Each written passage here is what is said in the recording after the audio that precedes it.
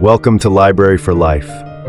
Here you'll find a wide variety of audiobooks across different categories, perfect for learning or relaxing before bedtime. Support us by hitting the like button and subscribing to stay updated with our latest releases. The Power of Concentration by Theron Q. Dumont. Introductory.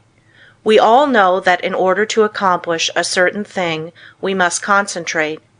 It is of the utmost value to learn how to concentrate. To make a success of anything, you must be able to concentrate your entire thought upon the idea you are working out. Do not become discouraged if you are unable to hold your thought on the subject very long at first. There are very few that can. It seems a peculiar fact that it is easier to concentrate on something that is not good for us than on something that is beneficial. This tendency is overcome when we learn to concentrate consciously. If you will just practice a few concentration exercises each day, you will find you will soon develop this wonderful power. Success is assured when you are able to concentrate, for you are then able to utilize for your good all constructive thoughts and shut out all the deconstructive ones. It is of the greatest value to be able to think only that which will be beneficial. Did you ever stop to think what an important part your thoughts, concentrated thoughts, play in your life?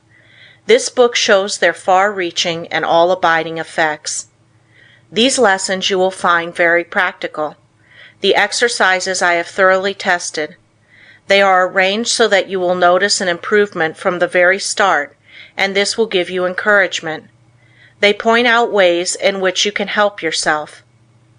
Man is a wonderful creature, but he must be trained and developed to be useful. A great work can be accomplished by every man if he can be awakened to do his very best. But the greatest man would not accomplish much if he lacked concentration and effort.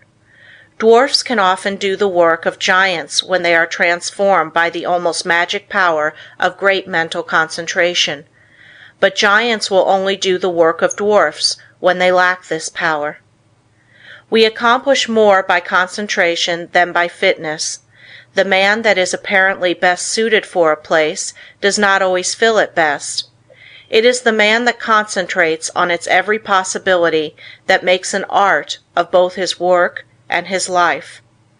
All your real advancement must come from your individual effort. This course of lessons will stimulate and inspire you to achieve success. It will bring you into perfect harmony with the laws of success. It will give you a firmer hold on your duties and responsibilities. The methods of thought concentration given in this work, if put into practice, will open up interior avenues that will connect you with the everlasting laws of being and their exhaustless foundation of unchangeable truth. As most people are very different, it is impossible to give instructions that will be of the same value to all. The author has endeavored in these lessons to awaken that within the soul which perhaps the book does not express. So study these lessons as a means of awakening and training that which is within yourself. Let all your acts and thoughts have the intensity and power of concentration. To really get the full benefit of these lessons, you should read a page, then close the book and thoughtfully recall its ideas. If you will do this, you will soon cultivate a concentrated mental habit, which will enable you to read with ordinary rapidity and remember all that you read. End of introductory. The Power of Concentration by Theron Q. Dumont. Lesson 1. Concentration finds the way. Everyone has two natures. One wants us to advance, and the other wants to pull us back. The one that we cultivate and concentrate on decides what we are at the end. Both natures are trying to gain control. The will alone decides the issue. A man by one supreme effort of the will may change his whole career and almost accomplish miracles. You may be that man. You can be, if you will to be, for will can find a way or make one. I could easily fill a book of cases where men plodding along in a matter-of-fact way were all at once aroused, and as if awakening from a slumber, they developed the possibilities within them, and from that time on were different persons. You alone can decide when the turning point will come. It is a matter of choice whether we allow our diviner self to control us, or whether we will be controlled by the brute within us. No man has to do anything he does not want to do. He is therefore the director of his life if he wills to be. What we are to do is the result of our training. We are like putty and can be completely controlled by our willpower. Habit is a matter of acquirement. You hear people say, "He comes by this or that naturally, a chip off the old block," meaning that he is the only one doing what his parents did. This is quite often the case, but there is no reason for it, for a person can break a habit just the moment he masters the I will. A man may have been a good-for-nothing all his life up to this very minute, but from this time on he begins to amount to something. Even old men have suddenly changed and accomplished wonders. "I lost my opportunity," says one. That may be true, but by sheer force of will we can find a way to bring us another opportunity. There is no truth in the saying that opportunity knocks at our door but once in a lifetime. The fact is, opportunity never seeks us. We must seek it. What usually turns out to be one man's opportunity was another man's loss. In this day, one man's brain is matched against another's. It is often the quickness of brain action that determines the result. One man thinks, "I will do it," but while he procrastinates, the other goes ahead and does the work. They both have the same opportunity. The one will complain of his lost chance, but it should teach him a lesson, and it will, if he is seeking the path that leads to success. Many persons read good books, but they say they do not get much good out of them. They do not realize that all any book or any lesson course can do is to awaken them to their possibilities, to stimulate them to use their willpower. You may teach a person from now until doomsday, but that person will only know what he learns himself. You can lead him to the fountain, but you can't make him drink. One of the most beneficial practices I know of is that of looking for the good in everyone and everything, for there is good in all things. We encourage a person by seeing his good qualities, and we also help ourselves by looking for them. We gain their good wishes, a most valuable asset sometimes. We get back what we give out. The time comes when most all of us need encouragement, need buoying up. So form the habit of encouraging others, and you will find it a wonderful tonic for both those encouraged and yourself, for you will get back encouraging and uplifting thoughts. Life furnishes us the opportunity to improve, but whether we do it or not depends upon how near we live up to what is expected of us. The first of each month, a person should sit down and examine the progress he has made. If he has not come up to expectations, he should discover the reason, and by extra exertion measure up to what is demanded next time. Every time that we fall behind what we plan to do, we lose just so much, for that time is gone forever. We may find a reason for doing it, but most excuses are poor substitutes for action. Most things are possible. Ours may be a hard task, but the harder the task, the greater the reward. It is the difficult things that really develop us. Anything that requires only a small effort utilizes very few of our faculties and yields a scanty harvest of achievement. So do not shrink from a hard task, for to accomplish one of these will often bring us more good than a dozen lesser triumphs. I know that every man that is willing to pay the price can be a success. The price is not in money, but in effort. The first essential quality for success is the desire to do, to be something. The next thing is to learn how to do it. the next to carry it into execution. The man that is the best able to accomplish anything is the one with a broad mind, the man that has acquired knowledge, that may, it is true, be foreign to this particular case, but is nevertheless of some value in all cases. So the man that wants to be successful must be liberal. He must acquire all the knowledge that he can. He must be well posted not only in one branch of his business, but in every part of it. Such a man achieves success. The secret of success is to try always to improve yourself, no matter where you are or what your position. Learn all you can. Don't see how little you can do, but how much you can do. Such a man will always be in demand, for he establishes the reputation of being a hustler. There is always room for him because progressive firms never let a hustler leave their employment if they can help it. The man that reaches the top is the gritty, plucky, hard worker, and never the timid, uncertain, slow worker. An untried man is seldom put in a position of responsibility and power. The man selected is one that has done something, achieved results in some line, or taken the lead in his department. He is placed there because of his reputation of putting vigor and virility into his efforts, and because he has previously shown that he has pluck and determination. The man that is chosen at the crucial time is not usually a genius. He does not possess any more talent than others, but he has learned that results can only be produced by untiring, concentrated effort. That miracles in business do not just happen. He knows that the only way they will happen is by sticking to a proposition and seeing it through. That is the only secret of why some succeed and others fail. The successful man gets used to seeing things accomplished and always feels sure of success. The man that is a failure gets used to seeing failure, expects it, and attracts it to him. It is my opinion that with the right kind of training, every man could be a success. It is really a shame that so many men and women, rich in ability and talent, are allowed to go to waste, so to speak.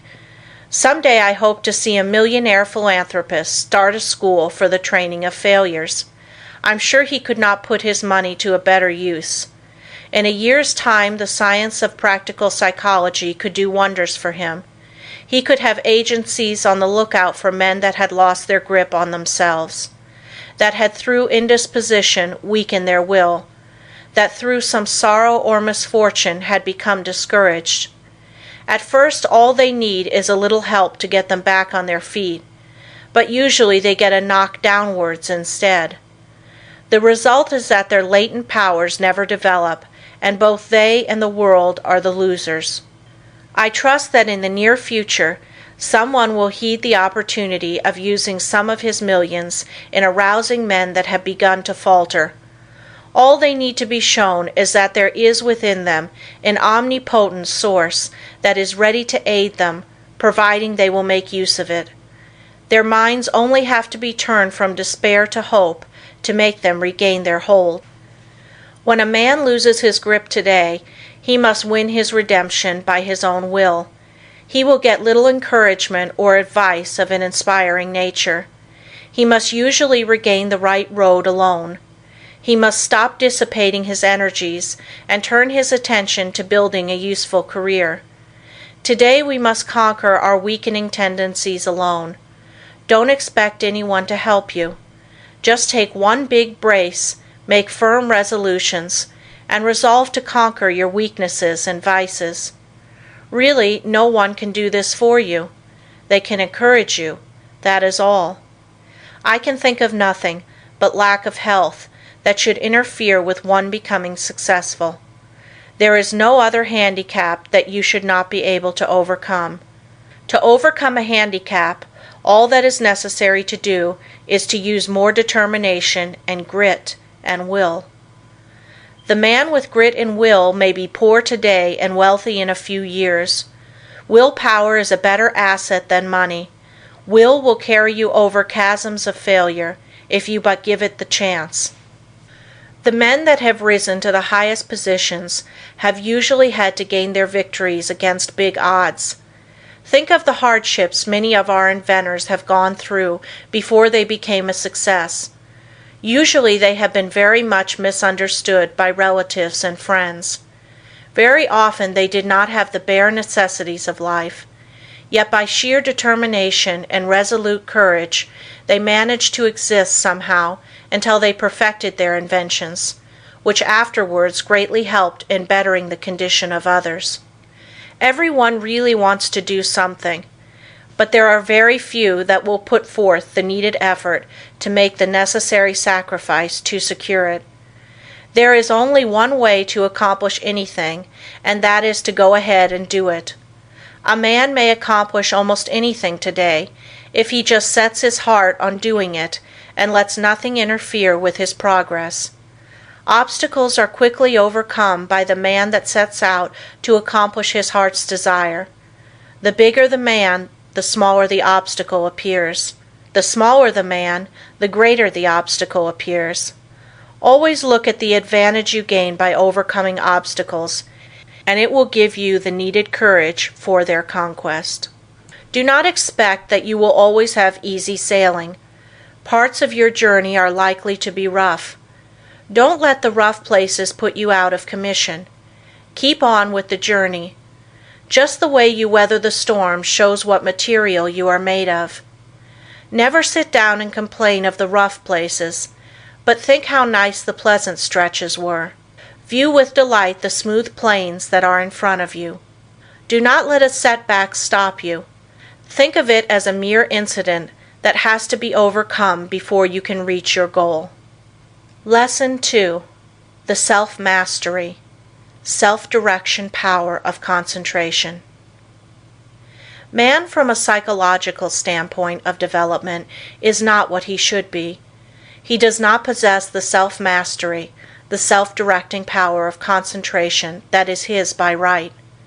He has not trained himself in a way to promote his self-mastery. Every balanced mind possesses the faculties whose chief duties are to engineer, direct, and concentrate the operations of the mind, both in a mental and physical sense. Man must learn to control not only his mind, but his bodily movements. When the controlling faculties, autonomic, are in an untrained condition, the impulses, passions, emotions, thoughts, actions, and habits of the person suffer from lack of regulation, and the procedure of mental concentration is not good, not because the mind is necessarily weak in the autonomic department of the faculties, but because the mind is not properly trained. When the self-regulating faculties are not developed, the impulses, appetites, emotions, and passions have full swing to do as they please, and the mind becomes impulsive, restless, emotional, and irregular in its action. This is what makes mental concentration poor. When the self-guiding faculties are weak in development, the person always lacks the power of mental concentration. Therefore, you cannot learn to concentrate until you develop those very powers that qualify you to be able to concentrate. So if you cannot concentrate, one of the following is the cause. 1. Deficiency of the motor centers. 2. An impulsive and emotional mind. 3. An untrained mind. The last fault can soon be removed by systematic practice. It is the easiest to correct. The impulsive and emotional state of mind can best be corrected by restraining anger, passion and excitement, hatred, strong impulses, intense emotions, fretfulness, etc. It is impossible to concentrate when you are in any of these excited states. These can be naturally decreased by avoiding such food and drinks as have nerve-weakening or stimulating influences, or a tendency to stir up the passions, the impulses, and the emotions. It is a very good practice to watch and associate with those persons that are steady, calm, controlled, and conservative. Correcting the deficiency of the motor centers is harder because as the person's brain is undeveloped, he lacks willpower. To cure this takes some time. Persons so afflicted may benefit by reading and studying my course, The Mastermind, to be published by Advanced Thought Publishing Corporation, Chicago, Illinois. Many have the idea that when they get into a negative state, they are concentrating, but this is not so. They may be meditating, though not concentrating. Those that are in a negative state a good deal of the time cannot, as a rule, concentrate very well. They develop instead abstraction of the mind, or absence of mind. Their power of concentration becomes weaker, and they find it difficult to concentrate on anything. They very often injure the brain if they keep up this state. To be able to concentrate, you must possess strength of mind. The person that is feeble-minded cannot concentrate his mind because of lack of will. The mind that cannot center itself on a special subject or thought is weak. Also, the mind that cannot draw itself from a subject or thought is weak. But the person that can center his mind on any problem, no matter what it is, and remove any unharmonious impressions, has strength of mind. Concentration, first, last, and all of the time, means strength of mind. Through concentration, a person is able to collect and hold his mental and physical energies at work. A concentrated mind pays attention to thoughts, words, acts, and plans. The person who allows his mind to roam at will never accomplish a great deal in the world. He wastes his energies. If you work, think, talk, and act aimlessly, and allow your brain to wander from your subject to foreign fields, you will not be able to concentrate. You concentrate the moment when you say, I want to, I can, I will. Some mistakes some people make. If you waste your time reading sensational stories or worthless newspaper items, you excite the impulsive and the emotional faculties, and this means you are weakening your power of concentration. You will not be a free engineer, able to pilot yourself to success. Concentration of the mind can only be developed by watching yourself closely. All kinds of development commence with close attention. You should regulate your every thought and feeling. When you commence to watch yourself and your own acts, and also the acts of other people, you use the faculties of autonomy, and as you continue to do so, you improve your faculties, until in time you can engineer your every thought, wish, and plan. To be able to focalize the mind on the object at hand in a conscious manner leads to concentration. Only the trained mind can focalize. To hold a thought before it until all the faculties shall have had the time to consider that thought is concentration. The person that cannot direct his thoughts, wishes, plans, resolutions, and studies cannot possibly succeed to the fullest extent. The person that is impulsive one moment and calm the next has not the proper control over himself. He is not a master of his mind, nor of his thoughts, feelings, and wishes. Such a person cannot be a success. When he becomes irritated, he irritates others and spoils all chances of any concern doing their best.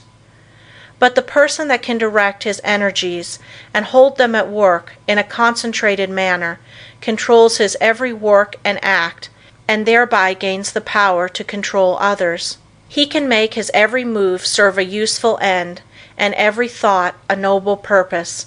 In this day, the man that gets excited and irritable should be looked upon as an undesirable person. The person of good breeding now speaks with slowness and deliberation. He is cultivating more and more of a reposeful attitude. He is consciously attentive and holds his mind to one thing at a time. He shuts out everything else. When you are talking to anyone, give him your sole and undivided attention. Do not let your attention wander or be diverted. Give no heed to anything else, but make your will and intellect act in unison. Start out in the morning and see how self-poised you can remain all day. At times take an inventory of your actions during the day and see if you have kept your determination. If not, see that you do tomorrow. The more self-poised you are, the better will your concentration be. Never be in too much of a hurry, and remember, the more you improve your concentration, the greater are your possibilities.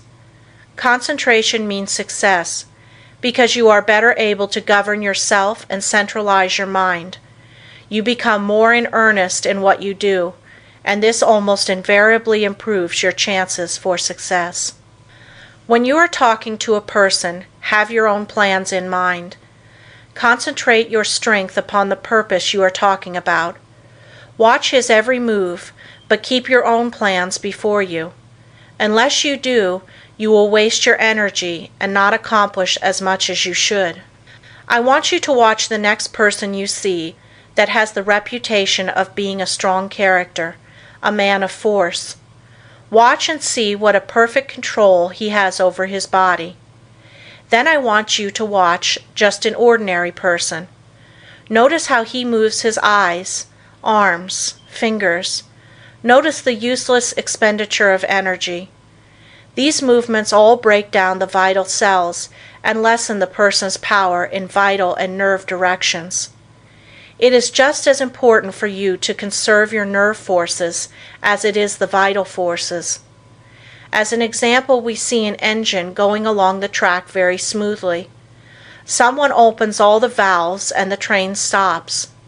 It is the same with you. If you want to use your full amount of steam, you must close your valves and direct your power of generating mental steam toward one end. Center your mind on one purpose, one plan, one transaction. There is nothing that uses up nerve force so quickly as excitement. This is why an irritable person is never magnetic. He is never admired or loved. He does not develop those finer qualities that a real gentleman possesses. Anger, sarcasm, and excitement weaken a person in this direction. The person that allows himself to get excited will become nervous in time, because he uses up his nerve forces and his vital energies. The person that cannot control himself and keep from becoming excited cannot concentrate. When the mind can properly concentrate, all the energy of every microscopic cell is directed into one channel, and then there is a powerful personal influence generated. Everyone possesses many millions of little trembling cells, and each one of these has a center where life and energy are stored up and generated. If this energy is not wasted, but conserved and controlled, this person is influential. But when it is the opposite, he is not influential or successful.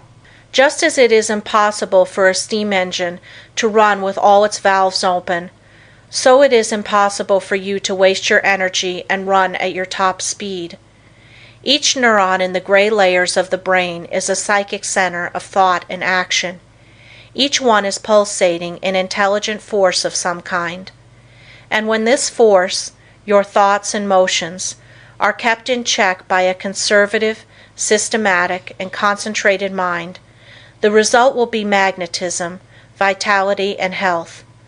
The muscles, bones, ligaments, feet, hands and nerves, etc., are agents for carrying out the mandates of the mind. The sole purpose of the volitional faculties is to move the physical mechanism as the energy travels along the wires of nerves and muscles. Just for that reason, if you throw a voluntary control over these messages, impulses, thoughts, emotions, physical movements, and over these physical instruments, you develop your faculties of self-mastery. And to the extent you succeed here, in proportion will you develop the power of concentration. Any exercise or work that excites the mind, stimulates the senses, calls the emotions and appetites into action, confuses, terrifies, or emotionalizes, weakens the power of concentration. This is why all kind of excitement is bad. This is the reason why persons who drink strong drinks, who allow themselves to get into fits of temper, who fight, who eat stimulating food, who sing and dance and thus develop their emotions, who are sudden, vehement, and emotional, lack the power to concentrate. But those whose actions are slower and directed by their intelligence develop concentration. Sometimes dogmatic, willful, excitable persons can concentrate, but it is spasmodic, erratic concentration instead of controlled and uniform concentration. Their energy works by spells. Sometimes they have plenty, other times very little. It is easily excited, easily wasted. The best way to understand it is to compare it with the discharge of a gun. If the gun goes off when you want it to, it accomplishes the purpose. But if it goes off before you are ready for it, you will not only waste ammunition, but it is also likely to do some damage. That is just what most persons do. They allow their energy to explode, thus not only wasting it, but endangering others. They waste their power, their magnetism, and so injure their chance of success. Such persons are never well liked, and never will be until they gain control over themselves. It will be necessary for them to practice many different kinds of concentration exercises, and to keep them up for some time. They must completely overcome their sudden, erratic thoughts, and regulate their emotions and movements. They must from morning to night train the mind to be steady and direct, and keep the energies at work. The lower area of the brain is the storehouse of the energy. Most all persons have the dynamic energy they need if they would concentrate on it. They have the machine, but they must also have the engineer, or they will not go very far. The engineer is the self-regulating, directing power. The person that does not develop his engineering qualities will not accomplish much in life. The good engineer controls his every act. All work assists in development. By what you do, you either advance or degenerate. This is a good idea to keep always in mind. When you are uncertain whether you should do something or not, just think whether by doing it you will grow or deteriorate, and act accordingly. I am a firm believer in work when you work and play when you play. When you give yourself up to pleasure, you can develop concentration by thinking of nothing else but pleasure. When your mind dwells on love, think of nothing but this, and you will find you can develop a more intense love than you ever had before. When you concentrate your mind on the you, or real self, and its wonderful possibilities, you develop concentration and a higher opinion of yourself. By doing this systematically, you develop much power, because you cannot be systematic without concentrating on what you are doing. When you walk out into the country and inhale the fresh air, studying vegetation, trees, etc., you are concentrating. When you see that you are at your place of business at a certain time each morning, you are developing steadiness of habit and becoming systematic. If you form the habit of being on time one morning, a little late the next, and still later the following one, you are not developing concentration. But whenever you fix your mind on a certain thought and hold your mind on it at successive intervals, you develop concentration. If you hold your mind on some chosen object, you centralize your attention, just like the lens of the camera centralizes on a certain landscape. Therefore, always hold your mind on what you are doing, no matter what it is. Keep a careful watch over yourself, for unless you do, your improvement will be very slow. Practice inhaling long, deep breaths, not simply for the improvement of health, although that is no small matter, but also for the purpose of developing more power, more love, more life. All work assists in development. You may think it foolish to try to develop concentration by taking muscular exercises, but you must not forget that the mind is associated with muscle and nerve. When you steady your nerves and muscles, you steady your mind, but let your nerves get out of order and your mind will become erratic, and you will not possess the power of direction, which in other words is concentration. Therefore you understand how important exercises that steady the nerves and muscles are in developing concentration. Everyone is continually receiving impulses that must be directed and controlled if one is to lead a successful life. That is the reason why a person must control the movements of his eyes, feet, fingers, etc. This is another reason why it is important to control his breathing. The slow, deep, prolonged exhalations are of wonderful value. They steady the circulation, the heart action, muscles and nerves of the mind. If the heart flutters, the circulation is not regular, and when the lung action is uneven, the mind becomes unsteady and not fit for concentration. This is why controlled breathing is very important as a foundation for physical health. You must not only concentrate your mind, but also the action of the eyes, ears, and fingers. Each of these contain miniature minds that are controlled by the master engineer. You will develop much quicker if you thoroughly realize this. If you have ever associated with big men or read their biographies, you will find that they usually let the others do the talking.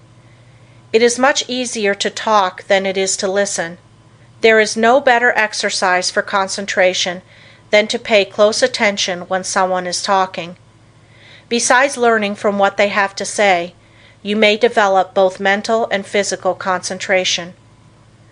When you shake hands with someone, just think of your hand as containing hundreds of individual minds, each having an intelligence of its own.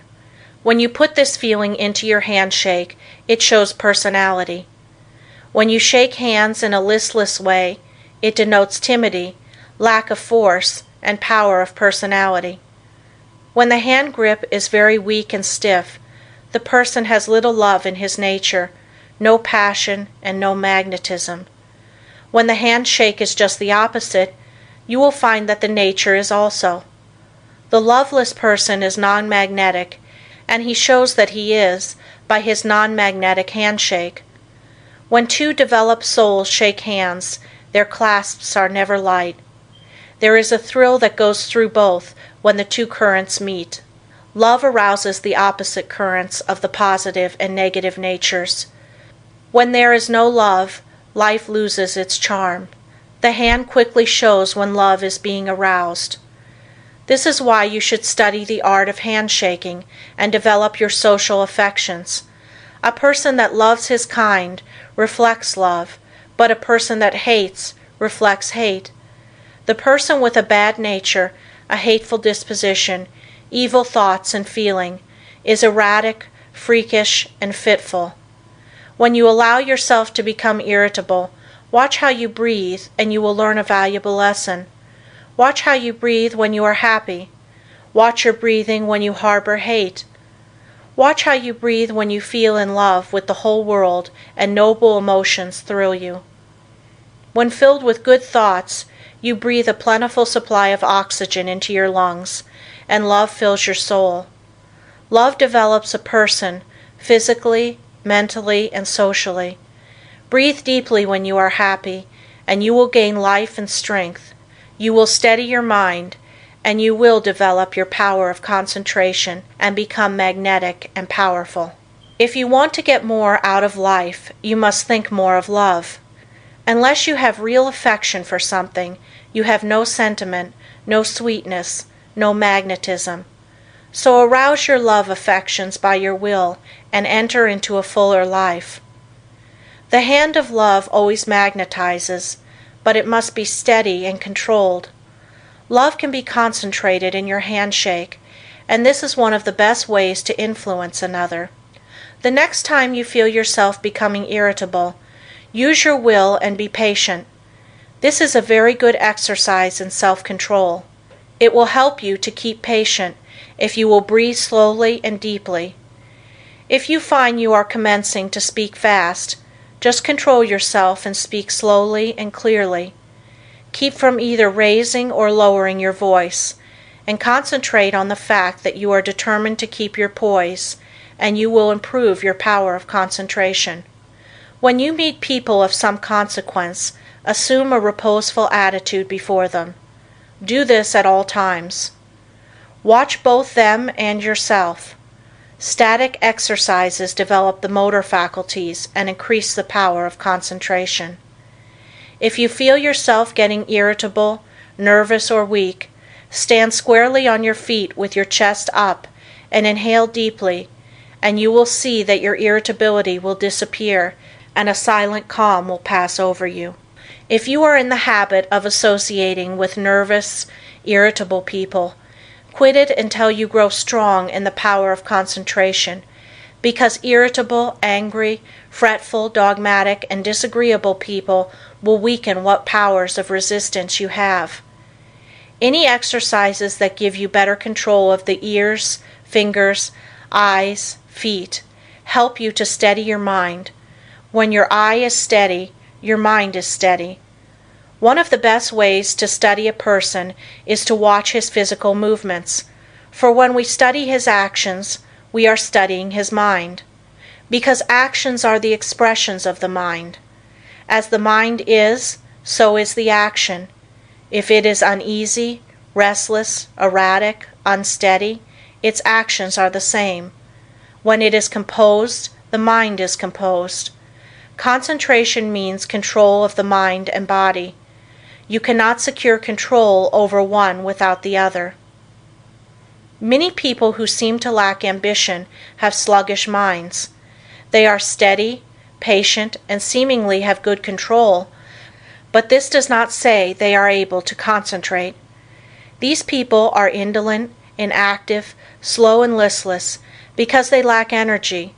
They do not lose control because they have little force to control. They have no temper, and it therefore cannot disturb them. Their actions are steady because they possess little energy. The natural person is internally strong, energetic, and forceful, but his energy, force, and strength, thoughts, and physical movements are well under his control. If a person does not have energy, both mental and physical, he must develop it. If he has energy which he cannot direct and hold to a point, he must learn to do so. A man may be very capable, but unless he wills to control his abilities, they will not do him any good. We hear so much talk about the benefit of physical culture, but the real benefit of this is really lost sight of. There is nothing that holds the faculties at work in a sustained and continuous manner as static exercises do. For as stated before, when you learn to control the body, you are gaining control over the mind. End of Lesson 2. The Power of Concentration by Theron Q. Dumont. Lesson 3.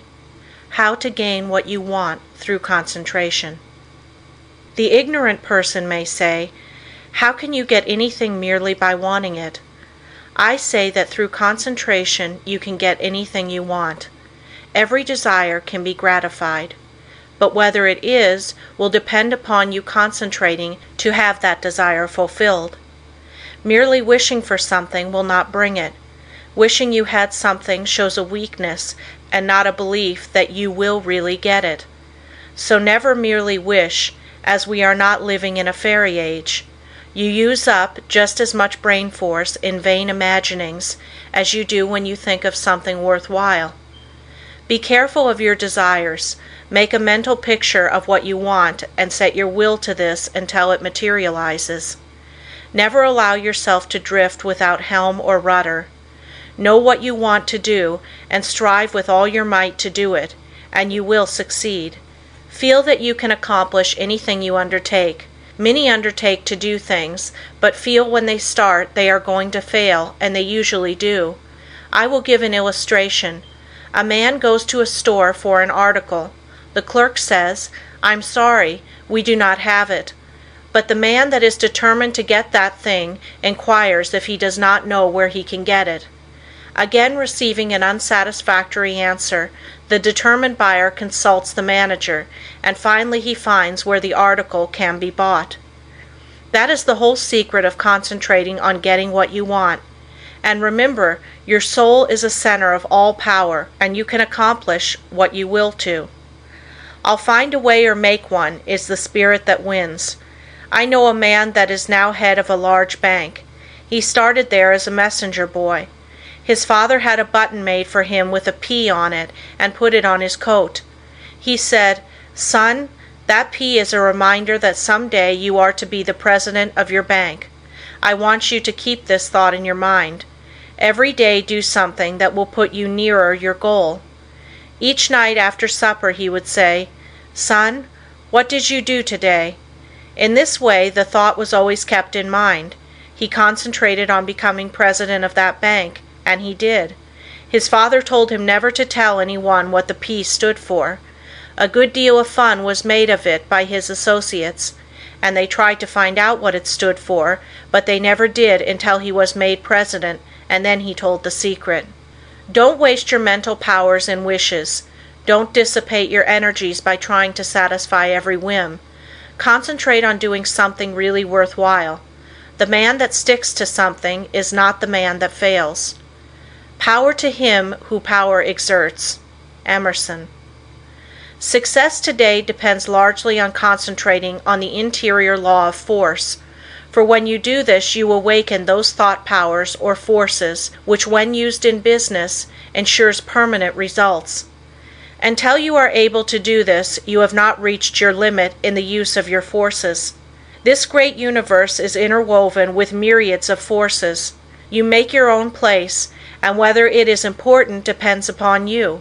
Through the indestructible and unconquerable law, you can in time accomplish all right things, and therefore do not be afraid to undertake whatever you really desire to accomplish and are willing to pay for in effort. Anything that is right is possible. That which is necessary will inevitably take place. If something is right, it is your duty to do it, though the whole world thinks it to be wrong.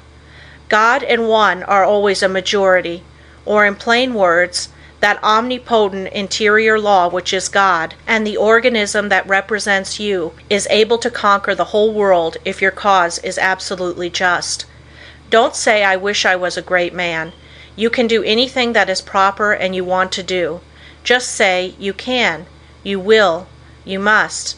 Just realize this and the rest is easy. You have the latent faculties and forces to subdue anything that tries to interfere with your plans. Let the troubles and responsibilities of life come thick and fast. I am ready for them. My soul is unconquerable. I represent the infinite law of force, or of all power. This God within is my all-sufficient strength and ever-present help in time of trouble. The more difficulties, the greater its triumphs through me. The harder my trials, the faster I go in the development of my inherent strength. Let all else fail me. This interior reliance is all-sufficient. The right must prevail. I demand wisdom and power to know and follow the right. My higher self is all-wise. I now draw nearer to it. Lesson 4. Concentration, the silent force that produces results in all business. I want you first to realize how powerful thought is. A thought of fear has turned a person's hair gray in a night. A prisoner condemned to die was told that if he would consent to an experiment and live through it, he would be freed. He consented. They wanted to see how much blood a person could lose and still live. They arranged that blood would apparently drop from a cut made in his leg. The cut made was very slight, from which practically no blood escaped. The room was darkened, and the prisoner thought the dropping he heard was really coming from his leg. The next morning he was dead through mental fear. The two above illustrations will give you a little idea of the power of thought. To thoroughly realize the power of thought is worth a great deal to you. Through concentrated thought power you can make yourself whatever you please. By thought you can greatly increase your efficiency and strength. You are surrounded by all kinds of thoughts, some good, others bad, and you are sure to absorb some of the latter if you do not build up a positive mental attitude. If you will study the needless moods of anxiety, worry, despondency, discouragement, and others that are the result of uncontrolled thoughts, you will realize how important the control of your thoughts are. Your thoughts make you what you are. When I walk along the street and study the different people's faces, I can tell how they spent their lives. It all shows in their faces, just like a mirror reflects their physical countenances. In looking in those faces, I cannot help thinking how most of the people you see have wasted their lives. The understanding of the power of thought will awaken possibilities within you that you never dreamed of. Never forget that your thoughts are making your environment, your friends, and as your thoughts change, these will also. Is this not a practical lesson to learn? Good thoughts are constructive. Evil thoughts are destructive. The desire to do right carries with it a great power. I want you to thoroughly realize the importance of your thoughts and how to make them valuable, to understand that your thoughts come to you over invisible wires and influence you. If your thoughts are of a high nature, you become connected with people of the same mental caliber, and you are able to help yourself. If your thoughts are tricky, you will bring tricky people to deal with you, who will try to cheat you. If your thoughts are right kind, you will inspire confidence in those with whom you are dealing. As you gain the goodwill of others, your confidence and strength will increase. You will soon learn the wonderful value of your thoughts and how serene you can become even when circumstances are the most trying. Such thoughts of right and goodwill bring you into harmony with people that amount to something in the world and that are able to give you help if you should need it, as nearly everyone does at times. You can now see why it is so important to concentrate your thoughts in the proper channels. It is very necessary that people should have confidence in you. When two people meet, they have not the time to look each other up. They accept each other according to instinct, which can usually be relied on. You meet a person and his attitude creates a suspicion in you. The chances are you cannot tell why, but something tells you, have no dealings with him, for if you do, you will be sorry. Thoughts produce actions. Therefore, be careful of your thoughts. Your life will be molded by the thoughts you have. A spiritual power is always available to your thought, and when you are worthy, you can attract all the good things without a great effort on your part.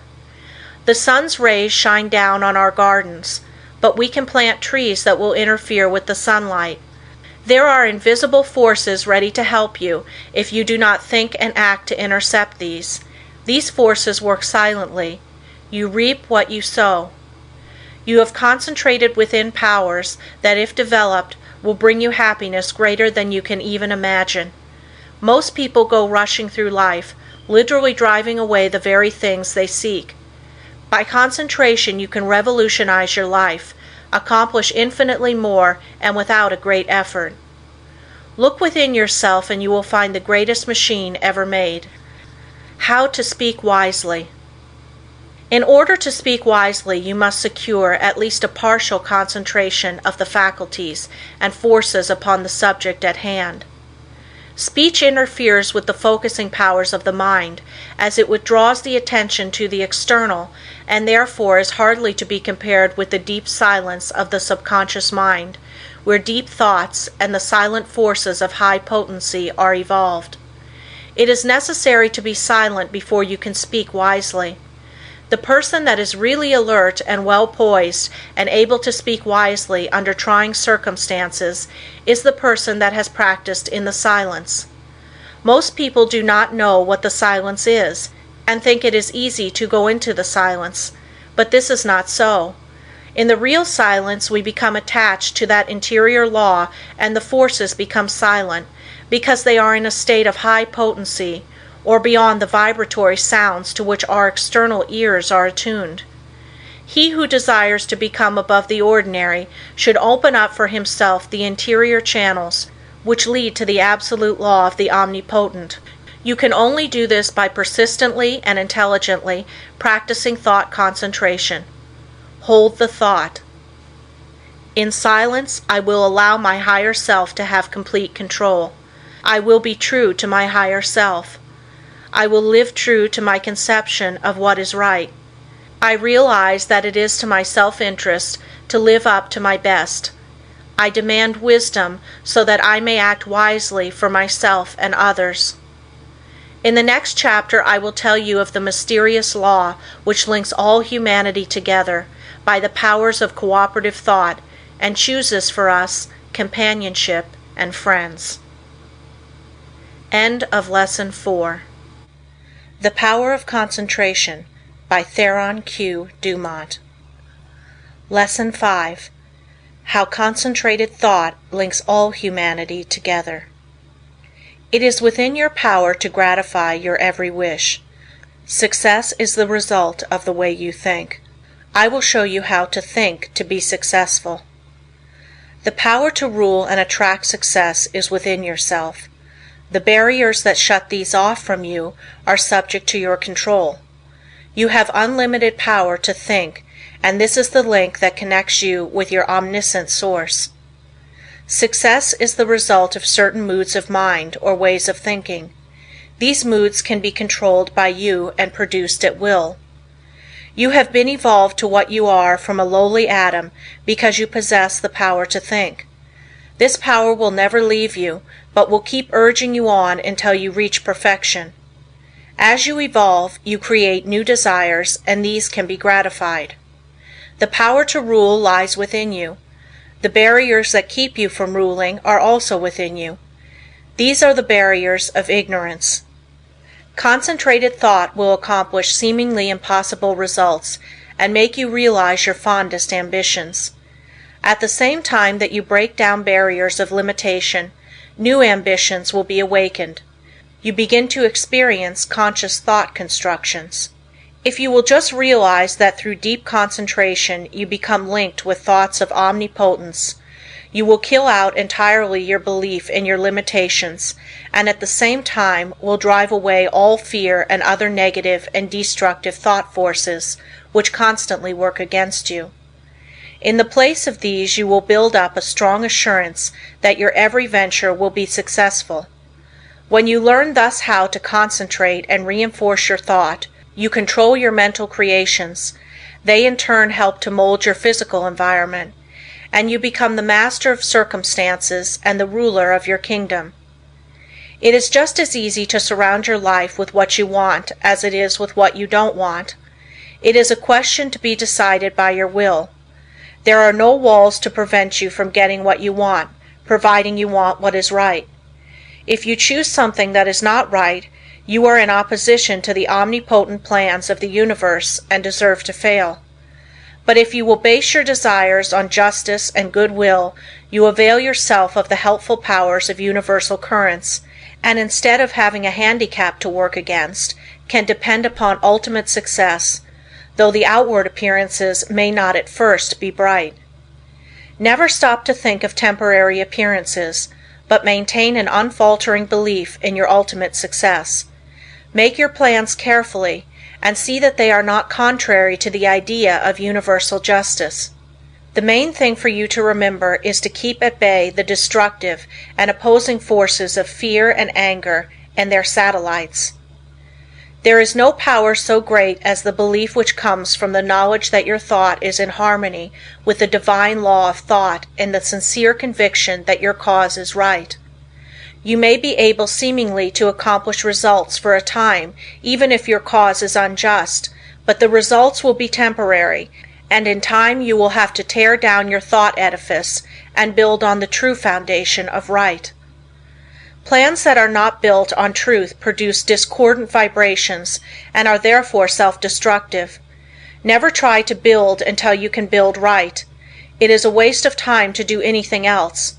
You may temporarily put aside your desire to do right, but its true vibrations will interfere with your unjust plans until you are forced back into righteous paths of power. All just causes succeed in time, though temporarily they may fail. So if you should face the time when everything seems against you, quiet your fears, drive away all destructive thoughts, and uphold the dignity of your moral and spiritual life. Where there is a will, there is a way. The reason this is so is that the will can make a way if given the chance to secure the assistance of aiding forces. The more it is developed, the higher the way to which it will lead.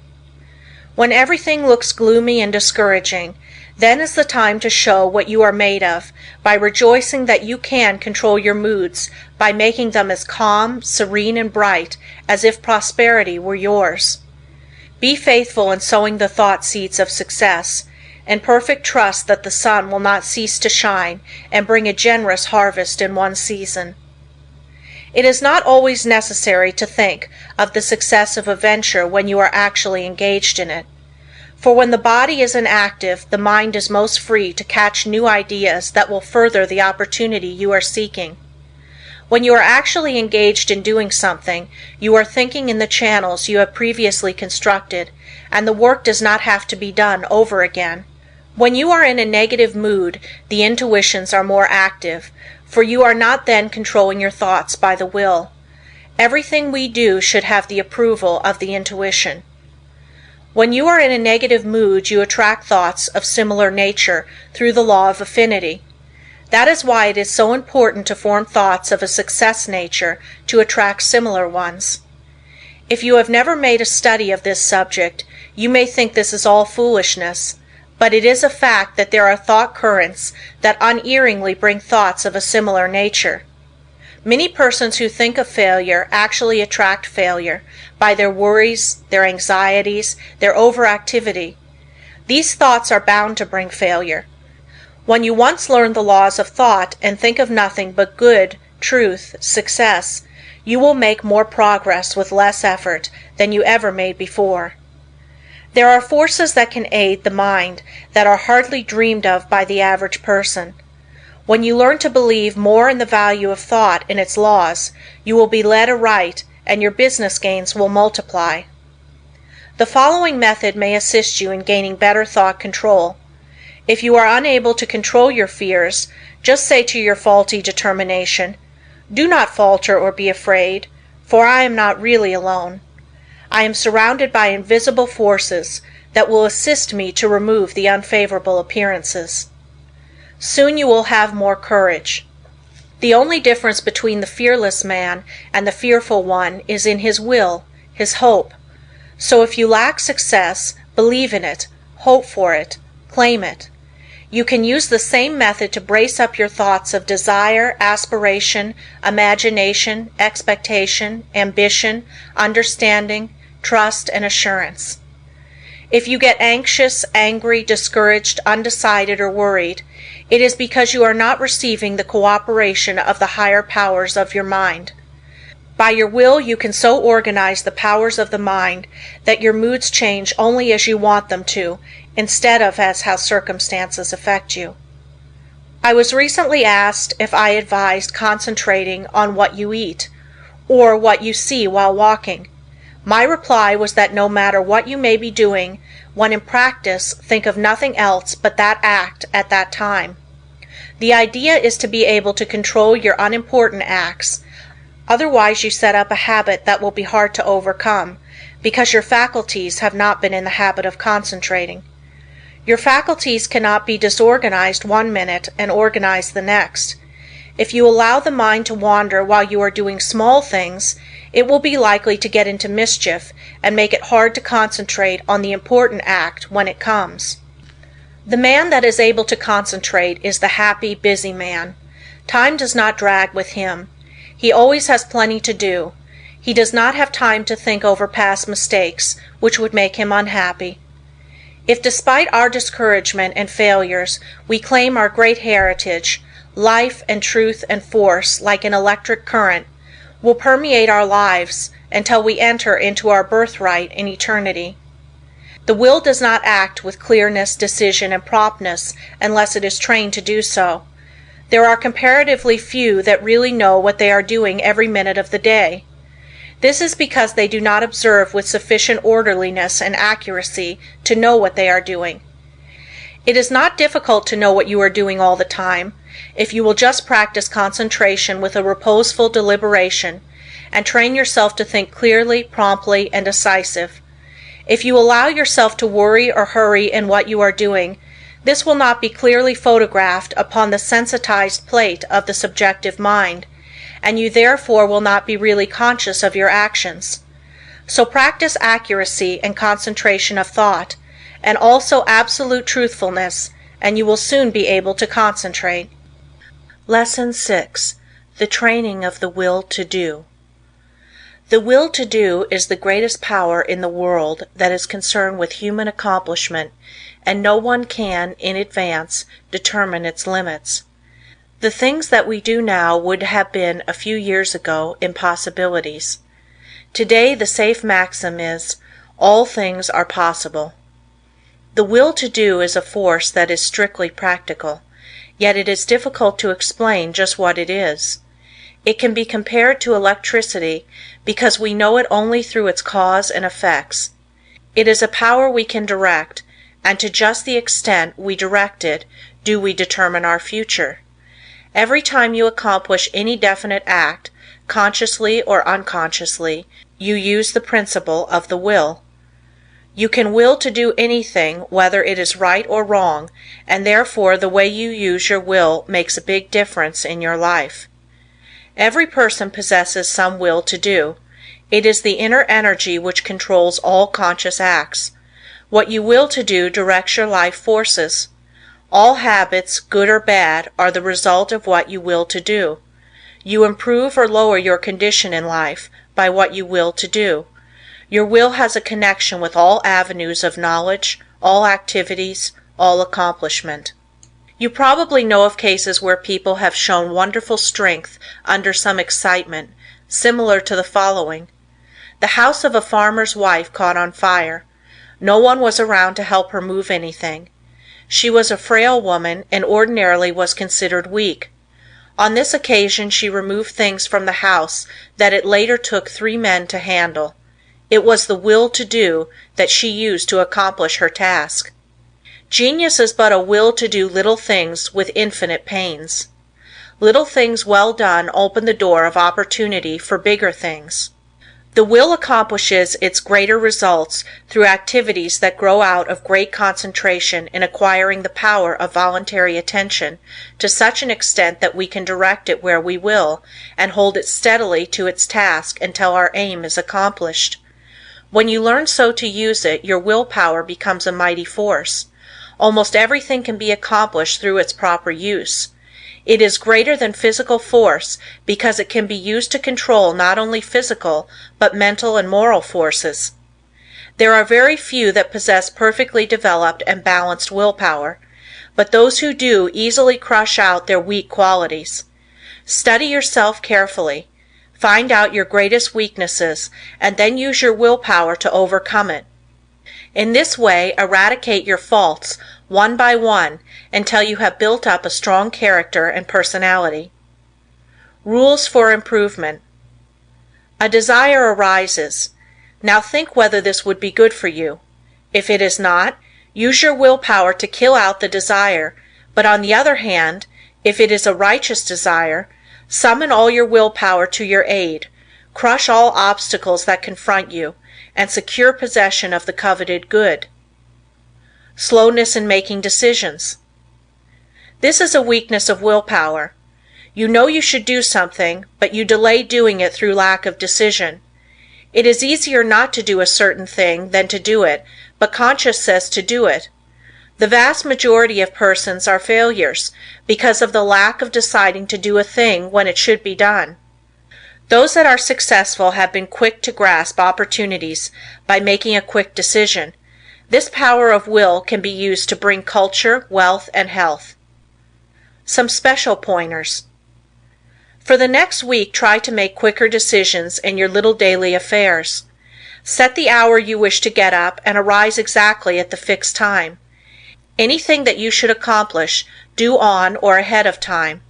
You want, of course, to give due deliberation to weighty matters, but by making quick decisions on little things, you will acquire the ability to make quick decisions in bigger things. Never procrastinate. Decide quickly one way or the other, even at the risk of deciding wrong. Practice this for a week or two and notice your improvement. The lack of initiative. This too keeps many men from succeeding. They have fallen into the way of imitating others in all that they do. Very often we hear the expression, "He seems clever enough, but he lacks initiative." Life for them is one continuous grind. Day after day they go through the same monotonous round of duties, while those that are getting along are using their initiative to get greater fullness of life. There is nothing so responsible for poverty as this lack of initiative, this power to think and do for ourselves. You are as good as anyone. You have willpower, and if you use it, you will get your share of the luxuries of life. So use it to claim your own. Don't depend on anyone else to help you. We have to fight our own battles. All the world loves a fighter, while the coward is despised by all. Every person's problems are different, so I can only say, analyze your opportunities and conditions and study your natural abilities. Form plans for improvement and then put them into operation. Now, as I have said before, don't just say, "I'm going to do so and so," but carry your plan into execution. Don't make an indefinite plan, but a definite one, and then don't give up until your object has been accomplished. Put these suggestions into practice with true earnestness, and you will soon note astonishing results, and your whole life will be completely changed. An excellent motto for one of pure motives is, "Through my willpower I dare do what I want to." You will find this affirmation has a very strengthening effect. The spirit of perseverance. The spirit of stick-it-to-itiveness is one that wins. Many go just so far and then give up, whereas if they had persevered a little longer, they would have won out. Many have much initiative, but instead of concentrating it into one channel, they diffuse it through several, thereby dissipating it to such an extent that its effect is lost. Develop more determination, which is only the will to do, and when you start out to do something, stick to it until you get results. Of course, before starting anything, you must look around and see what the finish leads to. You must select a road that will lead to somewhere, rather than nowhere. The journey must be productive of some kind of substantial results. The trouble with so many young men is that they launch enterprises without any end in sight. It is not so much the start as the finish of a journey that counts. Each little move should bring you nearer the goal which you planned to reach before the enterprise began. Lack of perseverance is nothing but the lack of the will to do. It takes the same energy to say, "I will continue," as to say, "I give up." Just the moment you say the latter, you shut off your dynamo, and your determination is gone. Every time you allow your determination to be broken, you weaken it. Don't forget this. Just the instant you notice your determination beginning to weaken, concentrate on it, and by sheer willpower, make it continue on the job. Never try to make a decision when you are not in a calm state of mind. If in a quick temper, you are likely to say things you afterwards regret. In anger, you follow impulse rather than reason. No one can expect to achieve success if he makes decisions when not in full control of his mental forces. Therefore, make it a fixed rule to make decisions only when at your best. If you have a quick temper, you can quickly gain control over it by simple rule of counting backwards. To count backwards requires concentration, and you thus quickly regain a calm state. In this way you can break the temper habit. It will do you a lot of good to think over what you said and thought the last time you were angry. Persevere until you see yourself as others see you. It would do no harm to write the scene out in story form, and then sit in judgment of the character that played your part. Special instructions to develop the will to do. This is a form of mental energy, but requires the proper mental attitude to make it manifest. We hear of people having wonderful willpower, which is really wrong. It should be said that they use their willpower, while with many it is a latent force. I want you to realize that no one has a monopoly on willpower. There is plenty for all. What we speak of as willpower is but the gathering together of mental energy, the concentration power at one point. So never think of that person as having a stronger will than yours. Each person will be supplied with just that amount of willpower that he demands. You don't have to develop willpower if you constantly make use of all you have, and remember the way in which you use it determines your fate, for your life is molded to a great extent by the use you make of your will. Unless you make proper use of it, you have neither independence nor firmness. You are unable to control yourself and become a mere machine for others to use. It is more important to learn to use your will than to develop your intellect. The man that has not learned how to use his will rarely decides things for himself, but allows his resolutions to be changed by others. He fluctuates from one opinion to another, and of course does not accomplish anything out of the ordinary, while his brother with the trained will takes his place among the world's leaders. End of Lesson 6. The Power of Concentration by Theron Q. Dumont. Lesson 7. The Concentrated Mental Demand. The mental demand is the potent force in achievement. The attitude of the mind affects the expression of the face, determines action, changes our physical condition, and regulates our lives. I will not here attempt to explain the silent force that achieves results. You want to develop your mental power so you can effect the things sought, and that is what I want to teach you. There is wonderful power and possibility in the concentrated mental demand. This, like all other forces, is controlled by laws. It can, like other forces, be wonderfully increased by consecutive, systemized effort. The mental demand must be directed by every power of the mind, and every possible element should be used to make the demand materialize. You can so intently desire a thing that you can exclude all distracting thoughts. When you practice this singleness of concentration until you attain the end sought, you have developed a will capable of accomplishing whatever you wish. As long as you can only do the ordinary things, you will be counted in the mass of mediocrity. But just as quick as you surpass others by even comparatively small measure, you are classed as one of life's successes. So if you wish to emerge into prominence, you must accomplish something more than the ordinary man or woman. It is easy to do this if you will but concentrate on what you desire and put forth your best effort. It is not the runner with the longest legs or the strongest muscles that wins the race, but the one that can put forth the greatest desire force. You can best understand this by thinking of an engine. The engine starts up slowly, the engineer gradually extending the throttle to the top notch. It is then keyed up to its maximum speed. The same is true of two runners. They start off together and gradually they increase their desire to go faster. The one that has the greatest intensity of desire will win. He may outdistance the other by only a fraction of an inch, yet he gets the laurels. The men that are looked upon as the world's successes have not always been men of great physical power, nor at the start did they seem very well adapted to the conditions which encompass them.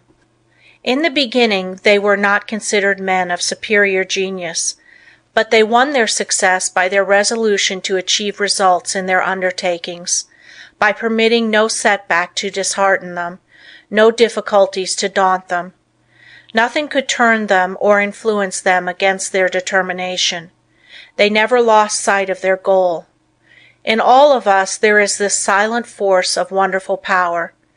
If developed, it can overcome conditions that would seem insurmountable. It is constantly urging us on to greater achievement. The more we become acquainted with it, the better strategists we become, the more courage we develop, and the greater the desire within us for self-expression in activity along many lines. No one will ever be a failure if he becomes conscious of this silent force within that controls his destiny. But without the consciousness of this inner force, you will not have a clear vision, and external conditions will not yield to the power of your mind. It is the mental resolve that makes achievement possible. Once this has been formed, it should never be allowed to cease, to press its claim until its object is attained. To make plans work out, it will, at times, be necessary to use every power of your mind. Patience, perseverance, and all the indomitable forces within one will have to be mustered and used with the greatest effectiveness. Perseverance is the first element of success. In order to persevere, you must be ceaseless in your application. It requires you to concentrate your thoughts upon your undertaking and bring every energy to bear upon keeping them focused upon it until you have accomplished your aim. To quit short of this is to weaken all future efforts. The mental demand seems an unreal power because it is intangible, but it is the mightiest power in the world. It is a power that is free for you to use. No one can use it for you. The mental demand is not a visionary one. It is a potent force, which you can use freely without cost. When you are in doubt, it will counsel you. It will guide you when you are uncertain. When you are in fear, it will give you courage. It is the motive power which supplies the energies necessary to the achievement of the purpose. You have a large storehouse of possibilities. The mental demand makes possibilities realities. It supplies everything necessary for the accomplishment. It selects the tools and instructs how to use them. It makes you understand the situation. Every time you make a mental demand, you strengthen the brain centers by drawing to you external forces. Few realize the power of a mental demand. It is possible to make your demand so strong that you can impart what you have to say to another without speaking to him. Have you ever, after planning to discuss a certain matter with a friend, had the experience of having him broach the subject before you had a chance to speak of it? Have you ever, in a letter, made a suggestion to a friend that he carried out before your letter reached him? Have you ever wanted to speak to a person who, just then walked in or telephoned? I have had many such responses to thought, and you and your friends have doubtless experienced them too. These two things are neither coincidences nor accidents, but are the results of mental demand launched by strong concentration. The person that never wants anything gets little. To demand resolutely is the first step toward getting what you want. The power of the mental demand seems absolute, the supply illimitable. The mental demand projects itself and causes to materialize the conditions and opportunities needed to accomplish the purpose. Do not think I overestimate the value of the mental demand. It brings the fuller life if used for only righteous purposes. Once the mental demand is made, however, never let it falter. If you do, the current that connects you with your desire is broken. Take all the necessary time to build a firm foundation, so that there need not be even an element of doubt to creep in. Just the moment you entertain doubt, you lose some of the demand force, and force once lost is hard to regain. So whenever you make a mental demand, hold steadfastly to it until your need is supplied. I want to repeat again that power of mental demand is not a visionary one. It is concentrated power only, and can be used by you. It is not supernatural power, but requires a development of the brain centers. The outcome is sure when it is given with a strong, resolute determination. No person will advance to any great extent unless he recognizes this force within him. If you have not become aware of it, you have not made very much of a success of your life. It is this something that distinguishes that man from other men. It is this subtle power that develops strong personality. If you want a great deal, you must demand a great deal. Once you make your demand, anticipate its fulfillment. It depends upon us. We are rewarded according to our efforts. The power of mental demand can bring us what we want. We become what we determine to be. We control our destiny. Get the right mental attitude, then in accordance with your ability, you can gain success. And every man of average ability, the ordinary man that you see about you, can be really successful, independent, free of worry, his own master, if he can manage to do just two things. First, remain forever dissatisfied with what he is doing and what he has accomplished. Second, develop in his mind a belief that the word impossible was not intended for him. Build up in his mind the confidence that enables the mind to use its power. Many, especially the older men, will ask, "How can I build up that self-confidence in my brain? How can I, after months and years of discouragement, of dull plodding, suddenly conceive and carry out a plan for doing something that will make life worthwhile and change the monotonous routine? How can a man get out of a rut after he has been in it for years and has settled down to the slow jog trot that leads to the grave?" The answer is the thing can be done, and millions have done it. One of the names most honored among the great men of France is that of Littré, who wrote and compiled the great French dictionary, a monument of learning. He is the man whose place among the 40 immortals of France was taken by the great Pasteur when the latter was elected to the Academy. Littré began the work that makes him famous when he was more than 60 years old. Lesson 8. Concentration gives mental poise. You will find that the man that concentrates is well poised, whereas the man that allows his mind to wander is easily upset. When in this state wisdom does not pass from the subconscious storehouse into the consciousness. There must be mental quiet before the two consciousnesses can work in harmony. When you are able to concentrate, you have peace of mind. If you are in the habit of losing your poise, form the habit of reading literature that has a quieting power. Just the second you feel your poise slipping, say, "Peace," and then hold this thought in mind, and you will never lose your self-control. There cannot be perfect concentration until there is peace of mind. So keep thinking peace, acting peace, until you are at peace with all the world. For when once you have reached this state, there will be no trouble to concentrate on anything you wish. When you have peace of mind, you are not timid or anxious or fearful or rigid, and you will not allow any disturbing thought to influence you.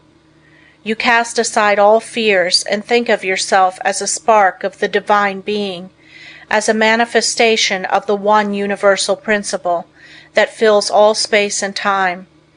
Think of yourself thus as a child of the infinite, possessing infinite possibilities.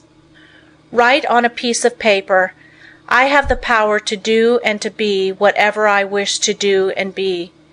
Keep this mentally before you, and you will find the thought will be of great help to you. The mistake of concentrating on your business while away.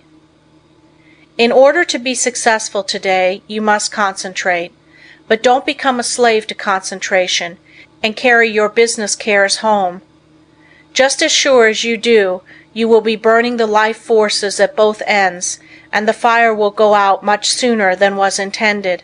Many men become so absorbed in their business that when they go to church they do not hear the preacher because their minds are on their business. If they go to the theater, they do not enjoy it because their business is on their minds. When they go to bed, they think about business instead of sleep and wonder why they don't sleep. This is the wrong kind of concentration and is dangerous. It is involuntary.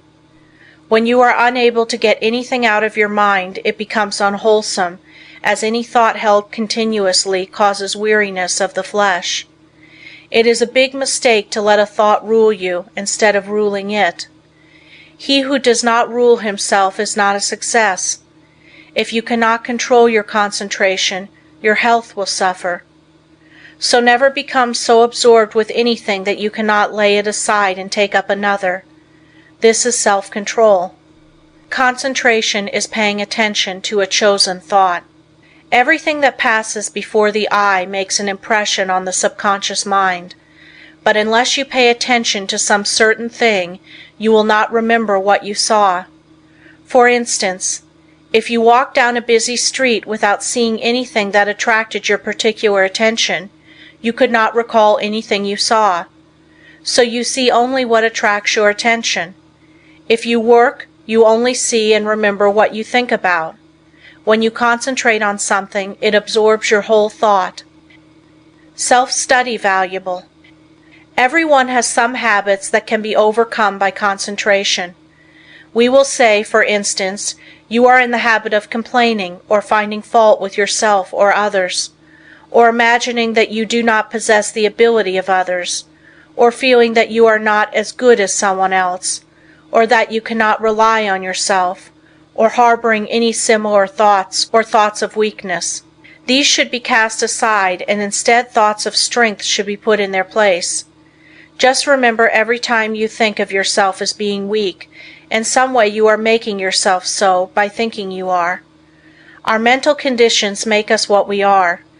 Just watch yourself and see how much time you waste in worrying, fretting, and complaining. The more of it you do, the worse off you are. Just the minute you are aware of thinking a negative thought, immediately change to a positive one. If you start to think of failure, change to thinking of success. You have the germ of success within you.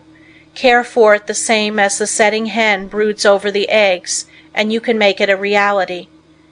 You can make those that you come in contact with feel as you do, because you radiate vibrations of the way you feel, and your vibrations are felt by others. When you concentrate on a certain thing, you turn all the rays of your vibrations on this. Thought is the directing power of all life's vibrations. If a person should enter a room with a lot of people and feel as if he were a person of no consequence, no one would know he was there unless they saw him, and even if they did, they would not remember seeing him, because they were not attracted towards him. But let him enter the room feeling he was magnetic and concentrating on this thought, others would feel his vibration. So remember, the way you feel, you can make others feel. This is the law. Make yourself a concentrated dynamo from which your thoughts vibrate to others. Then you are a power in the world. Cultivate the art of feeling, for as I said before, you can only make others feel what you feel. If you will study all of the great characters of history, you will find that they were enthusiastic. First they were enthusiastic themselves, and then they could arouse others' enthusiasm. It is latent in everyone. It is a wonderful force when once aroused. All public men to be a success have to possess it. Cultivate it by concentration. Set aside some hour of the day wherein to hold rapt converse with the soul. Meditate with sincere desire and contrite heart, and you will be able to accomplish that which you have meditated on. This is the keynote of success. Think, speak, and act just as you wish to be, and you will be that which you wish to be. You are just what you think you are, and not what you may appear to be. You may fool others, but not yourself. You may control your life and actions just as you can control your hands.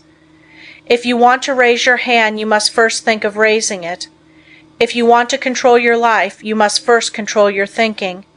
Easy to do, is it not?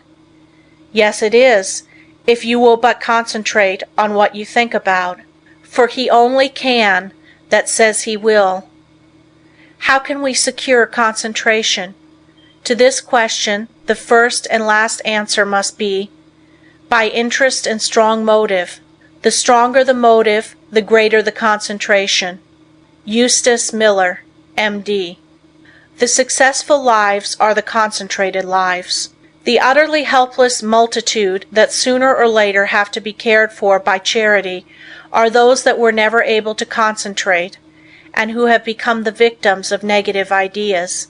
Train yourself so you will be able to concentrate your thought and develop your brain power and increase your mental energy, or you can be a slacker, a drifter, a quitter, or a sleeper. It all depends on how you concentrate or centralize your thoughts.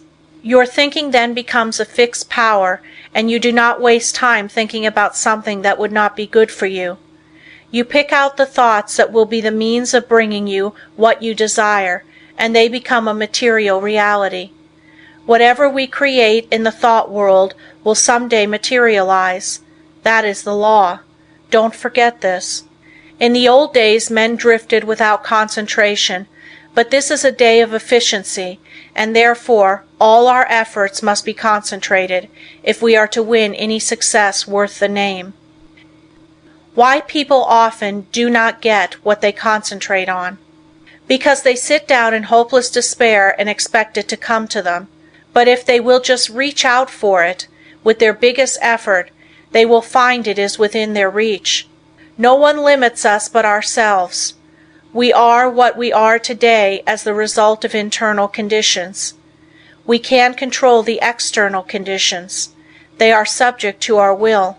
Through our concentration we can attract what we want, because we become in rapport with the universal forces, from which we can get what we want.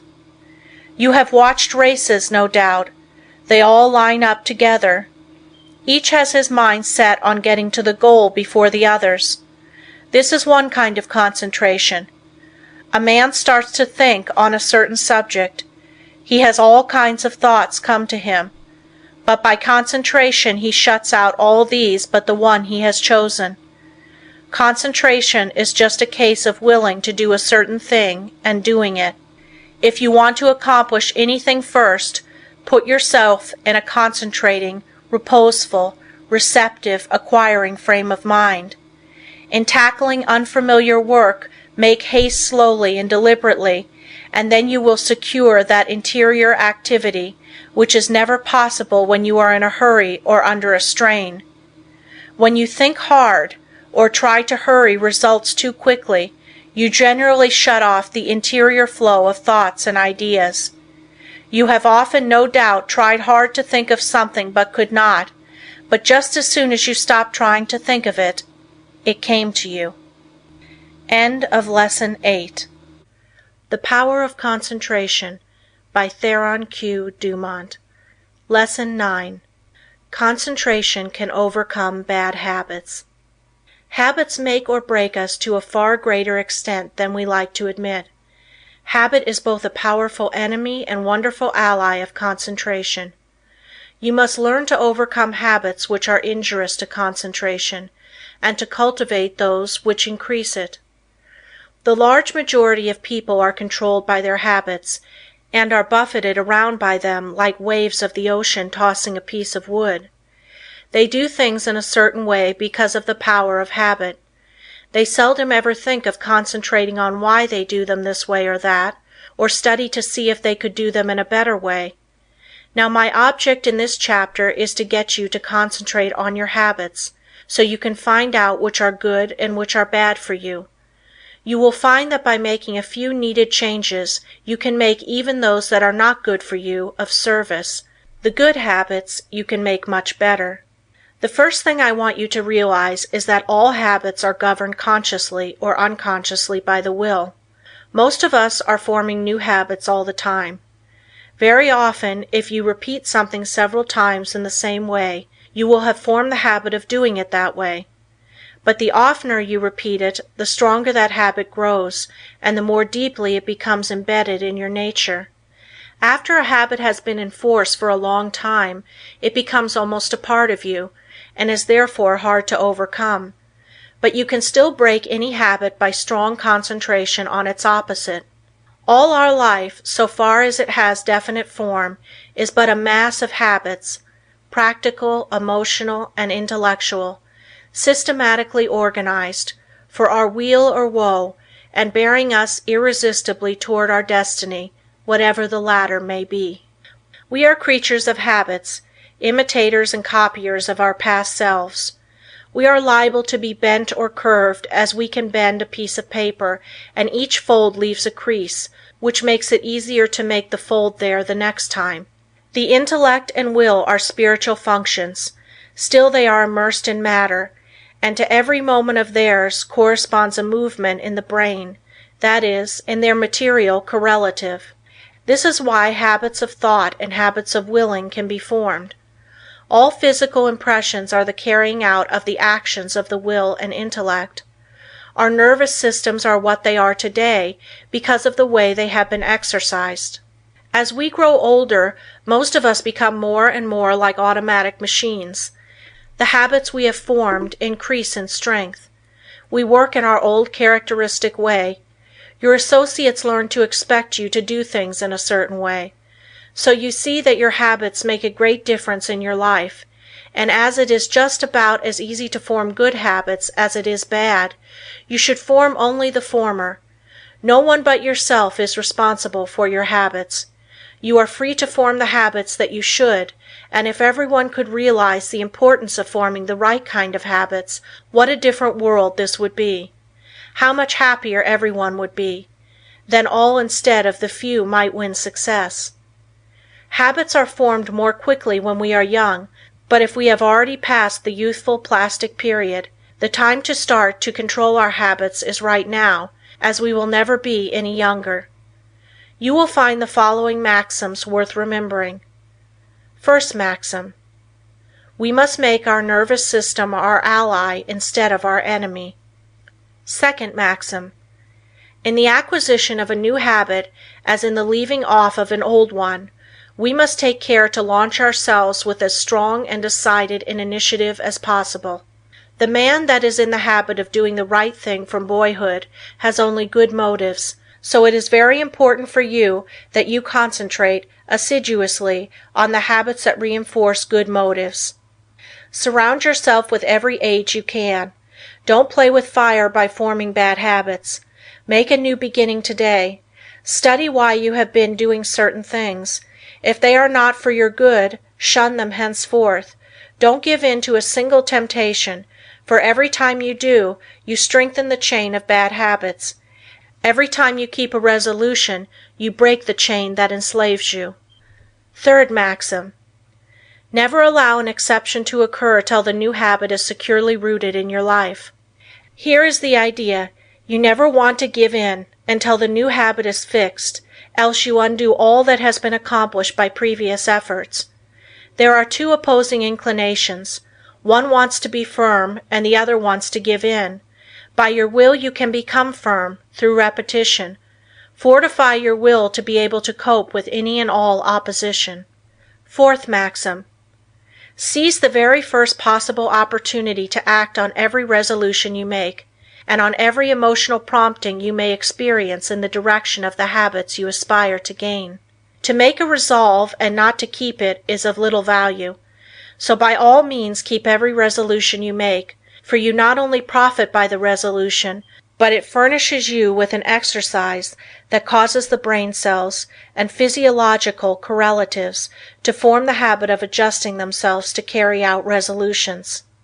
A tendency to act becomes efficiently ingrained in us in proportion to the uninterrupted frequency with which the actions actually occur, and the brain grows to their use. When a resolve or a fine glow of feeling is allowed to evaporate without bearing fruit, it is worse than a chance lost. If you keep your resolutions, you form a most valuable habit. If you break them, you form a most dangerous one.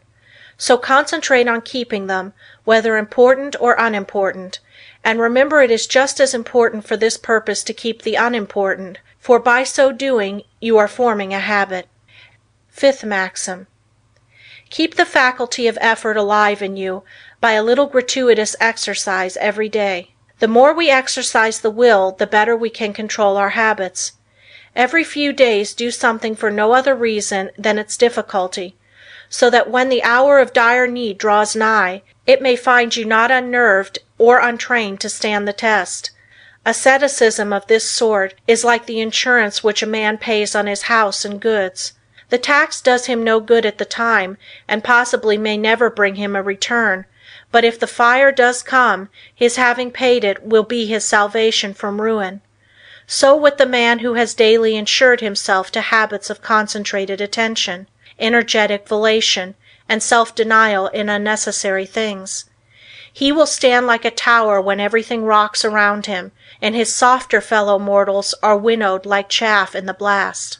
The young should be made to concentrate on their habits, and be made to realize that if they don't, they become walking bundles of injurious habits. Youth is the plastic state, and should be utilized in laying the foundation for a glorious future. The great value of habit for good and evil cannot be overestimated. Habit is the deepest law of human nature. No man is stronger than his habits, because his habits either build up his strength or decrease it. Why we are creatures of habits. Habits have often been called a labor-saving invention, because when they are formed they require less of both mental and material strength. The more deeply the habit becomes ingrained, the more automatic it becomes. Therefore, habit is an economizing tendency of our nature, for if it were not for habit, we should have to be more watchful. We walk across a crowded street. The habit of stopping and looking prevents us from being hurt. The right kind of habits keep us from making mistakes and mishaps. It is a well-known fact that the chauffeur is not able to master his machine safely until he has trained his body in a habitual way. When an emergency comes, he instantly knows what to do. Where safety depends on quickness, the operator must work automatically. Habits mean less risk, less fatigue, and greater accuracy. You do not want to become a slave to habits of a trivial nature. For instance, Wagner required a certain costume before he could compose corresponding parts of his operas. Schiller could never write with ease unless there were rotten apples in the drawer of his desk, from which he could now and then obtain an odor which seemed to him sweet. Gladstone had different desks for his different activities, so that when he worked on Homer, he never sat among habitual accompaniments of his legislative labors. In order to overcome undesirable habits, two things are necessary. You must have trained your will to do what you want it to do, and the stronger the will, the easier it will be to break a habit. Then you must make a resolution to do just the opposite of what the habit is. Therefore, one habit must replace another. If you have a strong will, you can tenaciously and persistently concentrate on removing the bad habit, and in a very short time the good habit will gain the upper hand. I will bring this chapter to a close by giving Dr. Oppenheim's instructions for overcoming a habit. If you want to abolish a habit, and its accumulated circumstances as well, you must grapple with the matter as earnestly as you would with a physical enemy. You must go into the encounter with all tenacity of determination, with all fierceness of resolve, yea, even with a passion for success that may be called vindictive. No human enemy can be insidious, so persevering, as unrelenting as an unfavorable habit. It never sleeps. It needs no rest. It is like a parasite that grows with the growth of the supporting body, and like a parasite, it can best be killed by violent separation and crushing. When life is stormy and all seems against us, that is when we often acquire wrong habits, and it is then that we have to make a gigantic effort to think and speak as we should, and even though we may feel the very reverse at that moment, the tiniest effort will be backed up by a tremendous power and will lift us to a realization never felt before. It is not in the easy, contented moments of our life that we make our greatest progress, for then it requires no special effort to keep in tune. But it is when we are in the midst of trials and misfortunes, when we think we are sinking, being overwhelmed, then it is important for us to realize that we are linked to a great power, and if we live as we should, there is nothing that can occur in life which could permanently injure us, nothing can happen that should disturb us. So always remember you have within you unlimited power, ready to manifest itself in the form which fills our need at the moment. If when we have something difficult to solve, we would be silent like the child, we can get the inspiration when it comes. We will know how to act. We will find there is no need to hurry or disturb ourselves. That it is always wiser to wait for guidance from within than to act on impulse from without. Lesson 10. Business results through concentration. A successful business is not usually the result of chance. Neither is a failure the result of luck. Most failures could be determined in advance if the founders had been studied. It is not always possible to start a money-making business at the start. Usually a number of changes have to be made. Plans do not work out as their creators thought they would. They may have to be changed a little, broadened it may be, here and there, and as you broaden your business, you broaden your power to achieve. You gain an intense and sustained desire to make your business a success. When you start a business, you may have but a vague notion of the way you will conduct it. You must fill in the details as you go along. You must concentrate on these details. As you straighten out one after another, others will require attention. In this way you cover the field of the first endeavor and new opportunities open up for you. When you realize one desire, another comes. But if you do not fulfill the first desire, you will not the second. The person that does not carry his desires into action is only a dreamer. Desire is a great creative force, if it is pure, intense, and sustained. It is our desires that keep stirring us up to action, and they will strengthen and broaden you if you make them materialize. Every man who achieves success deserves it. When he first started out, he did not understand how to solve the problems that afterwards presented themselves. But he did each thing as it came up in the very best way that he could, and this developed his power of doing bigger things. We become masters of business by learning to do well whatever we attempt. The man that has thorough knowledge of his business can of course direct it much more easily and skillfully than the man who lacks that knowledge. The skilled business director can sit in his private office and still know accurately what is actually being done. He knows what should be done in any given time, and if it is not accomplished, he knows that his employees are not turning out the work that they should. It is then easy to apply the remedy. Business success depends on well-concentrated efforts.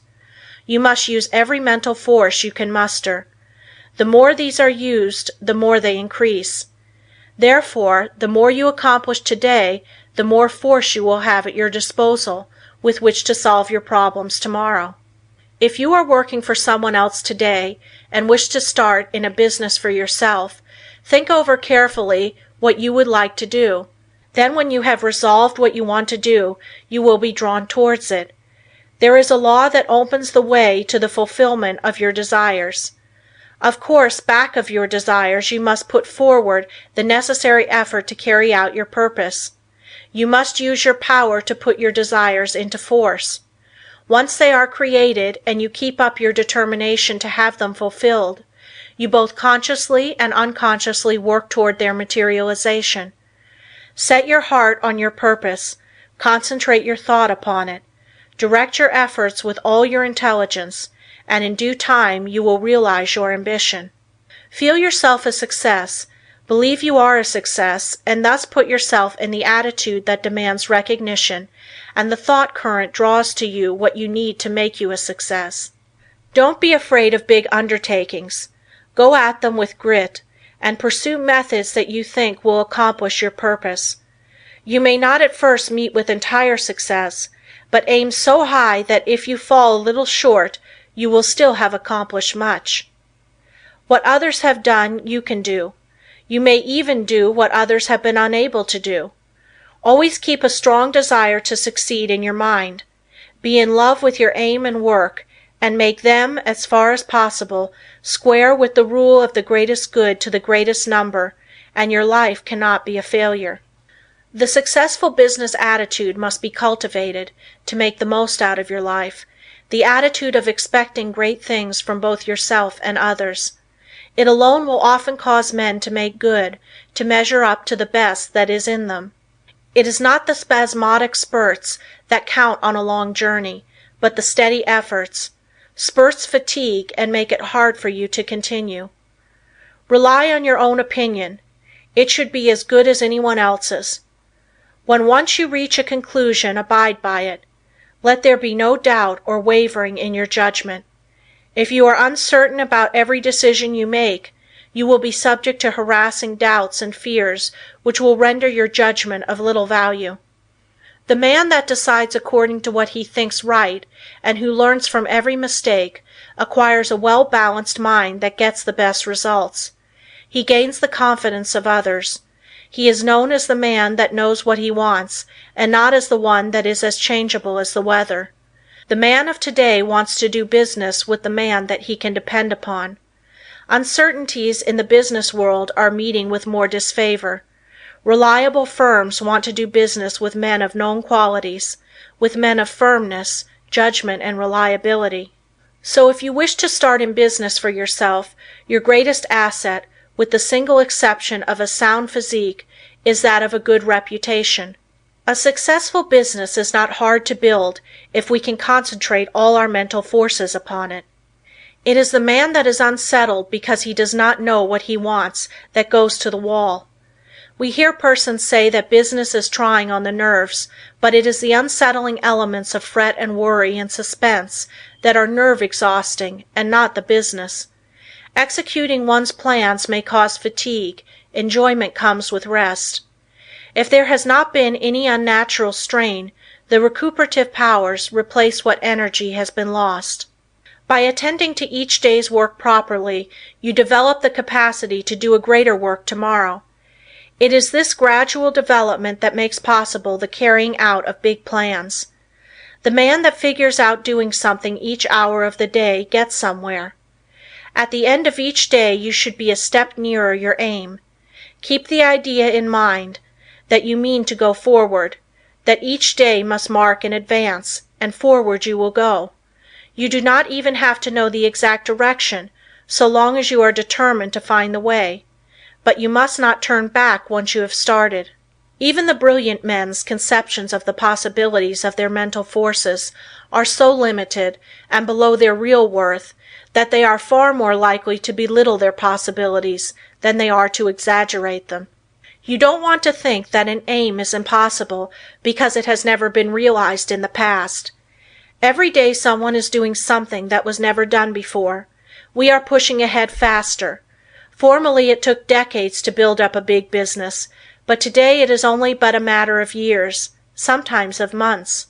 Plan each day's activities carefully, and you can reach any height you aim at. If each thing you do is done with concise and concentrated thought, you will be able to turn out an excellent quality and a large quantity of work. Plan to do so much work during the day, and you will be astonished to see how much more you will do than on other days when you had not decided on any certain amount. I have demonstrated that the average business working force could do the same amount of work in 6 hours that they now do in 8, without using up any more energy. Never start to accomplish anything in an indecisive, indefinite, uncertain way. Tackle everything with a positiveness and an earnestness that will concentrate your mind and attract the very best associated thoughts. You will in a short time find that you will have extra time for planning bigger things. The natural leader always draws to himself, by the law of mental attraction, ideas in his chosen subject that have never been conceived by others. This is of the greatest importance and help. If you are properly trained, you benefit much by others' thoughts, and providing you generate from within yourself something of value, they will benefit from yours. We are heirs of all the ages, but we must know how to use our inheritance. The confident, pushing, hopeful, determined man influences all with whom he associates, and inspires the same qualities in them. You feel that his is a safe example to follow, and he rouses the same force within you that is pushing him onward and upward. One seldom makes a success of anything that he goes at in a listless, spiritless way.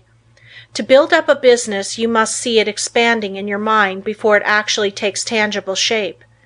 Every great task that has ever been accomplished has first been merely a vision in the mind of its creator. Detail after detail has had to be worked out in his mind from his first faint idea of the enterprise. Finally a clear idea was formed, and then the accomplishment, which was only the material result of the mental concept, followed. The up-to-date businessman is not content to build only for the present, but is planning ahead. If he does not, he will fall behind his competitor who is. What we are actually doing today was carefully thought out and planned by others in the past. All progressive businesses are conducted this way. That is why the young businessman of today is likely to accomplish more in a few years than his father did in all his life. There is no reason why your work or business should fag you out. When it does, there is something wrong. You are attracting forces and influence that you should not, because you are not in harmony with what you are doing. There is nothing so tiring as to try to do the work for which we are unfitted, both by temperament and training. Each one should be engaged in a business that he loves. He should be furthering movements with which he is in sympathy. He will then only do his best work, and take intense pleasure in his business. In this way, while constantly growing and developing his powers, he is at the same time rendering through his work genuine and devoted service to humanity. Business success is not the result of chance, but of scientific ideas and plans carried out by an aggressive and progressive management. Use your mental forces so that they will grow and develop. Remember that everything you do is the result of mental action. Therefore, you can completely control your every action. Nothing is impossible for you. Don't be afraid to tackle a difficult proposition. Your success will depend upon the use you make of your mind. This is capable of wonderful development. See that you make full use of it, and not only develop yourself but your associates.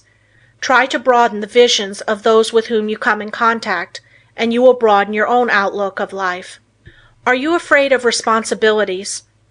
In order for the individual soul to develop, you must have responsibilities. You must manifest the omnipotence of the law of supply. The whole world is your legitimate sphere of activity. How much of a conqueror are you? What have you done? Are you afraid of responsibility, or are you ever dodging, flinching, or sidestepping it? If you are not a real man. Your higher self never winces. So be a man and allow the powers of the higher self to manifest, and you will find you have plenty of strength, and you will feel better when you are tackling difficult propositions. End of Lesson 10. The Power of Concentration by Theron Q. Dumont. Lesson 11. Concentrate on courage. Courage is the backbone of man. The man with courage has persistence. He states what he believes and puts it into execution.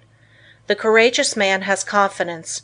He draws to himself all the moral qualities and mental forces which go to make up a strong man, whereas the man without courage draws to himself all the qualities of a weak man, vacillation, doubt, hesitancy, and unsteadiness of purpose. You can therefore see the value of concentration on courage. It is a most vital element of success. The lack of courage creates financial as well as mental and moral difficulties. When a new problem comes, instead of looking upon it as something to be achieved, the man or woman without courage looks for reasons why it cannot be done, and failure is naturally the almost inevitable result. This is a subject well worthy of your study. Look upon everything within your power as a possibility instead of as merely a probability, and you will accomplish a great deal more, because by considering a thing as impossible, you immediately draw to yourself all the elements that contribute to failure. Lack of courage destroys your confidence in yourself. It destroys that forceful, resolute attitude so important to success. The man without courage unconsciously draws to himself all that is contemptible, weakening, demoralizing, and destructive. He then blames his luck when he does not secure the things he weakly desires. We must first have the courage to strongly desire something. A desire to be fulfilled must be backed by the strength of all our mental forces. Such a desire has enough commanding force to change all unfavorable conditions. The man with courage commands, whether be on the battlefield or in business life. What is courage? It is the will to do. It takes no more energy to be courageous than to be cowardly. It is a matter of the right training in the right way. Courage concentrates the mental forces on the task at hand. It then directs them thoughtfully, steadily, deliberately, while attracting all the forces of success toward the desired end. Cowardice, on the other hand, dissipates both our mental and moral forces. thereby inviting failure. As we are creatures of habit, we should avoid persons that lack courage. They are easy to discover because of their habits of fear in attacking new problems. The man with courage is never afraid. Start out today with the idea that there is no reason why you should not be courageous. If any fear thoughts come to you, cast them off as you would the deadly viper. Form the habit of never thinking of anything unfavorable to yourself or anyone else. In dealing with difficulties, new or old, hold ever the thought, I am courageous. Whenever a doubt crosses the threshold of your mind, banish it. Remember, you as a master of your mind control its every thought, and here is a good one to often affirm. I have courage because I desire it, because I need it, because I use it, and because I refuse to become such a weakling as a cowardice produces. There is no justification for the loss of courage. The evils by which you will almost certainly be overwhelmed without it are far greater than those which courage will help you to meet and overcome. Right then must be the moralist who says that the only thing to fear is fear. Never let another's opinion affect you.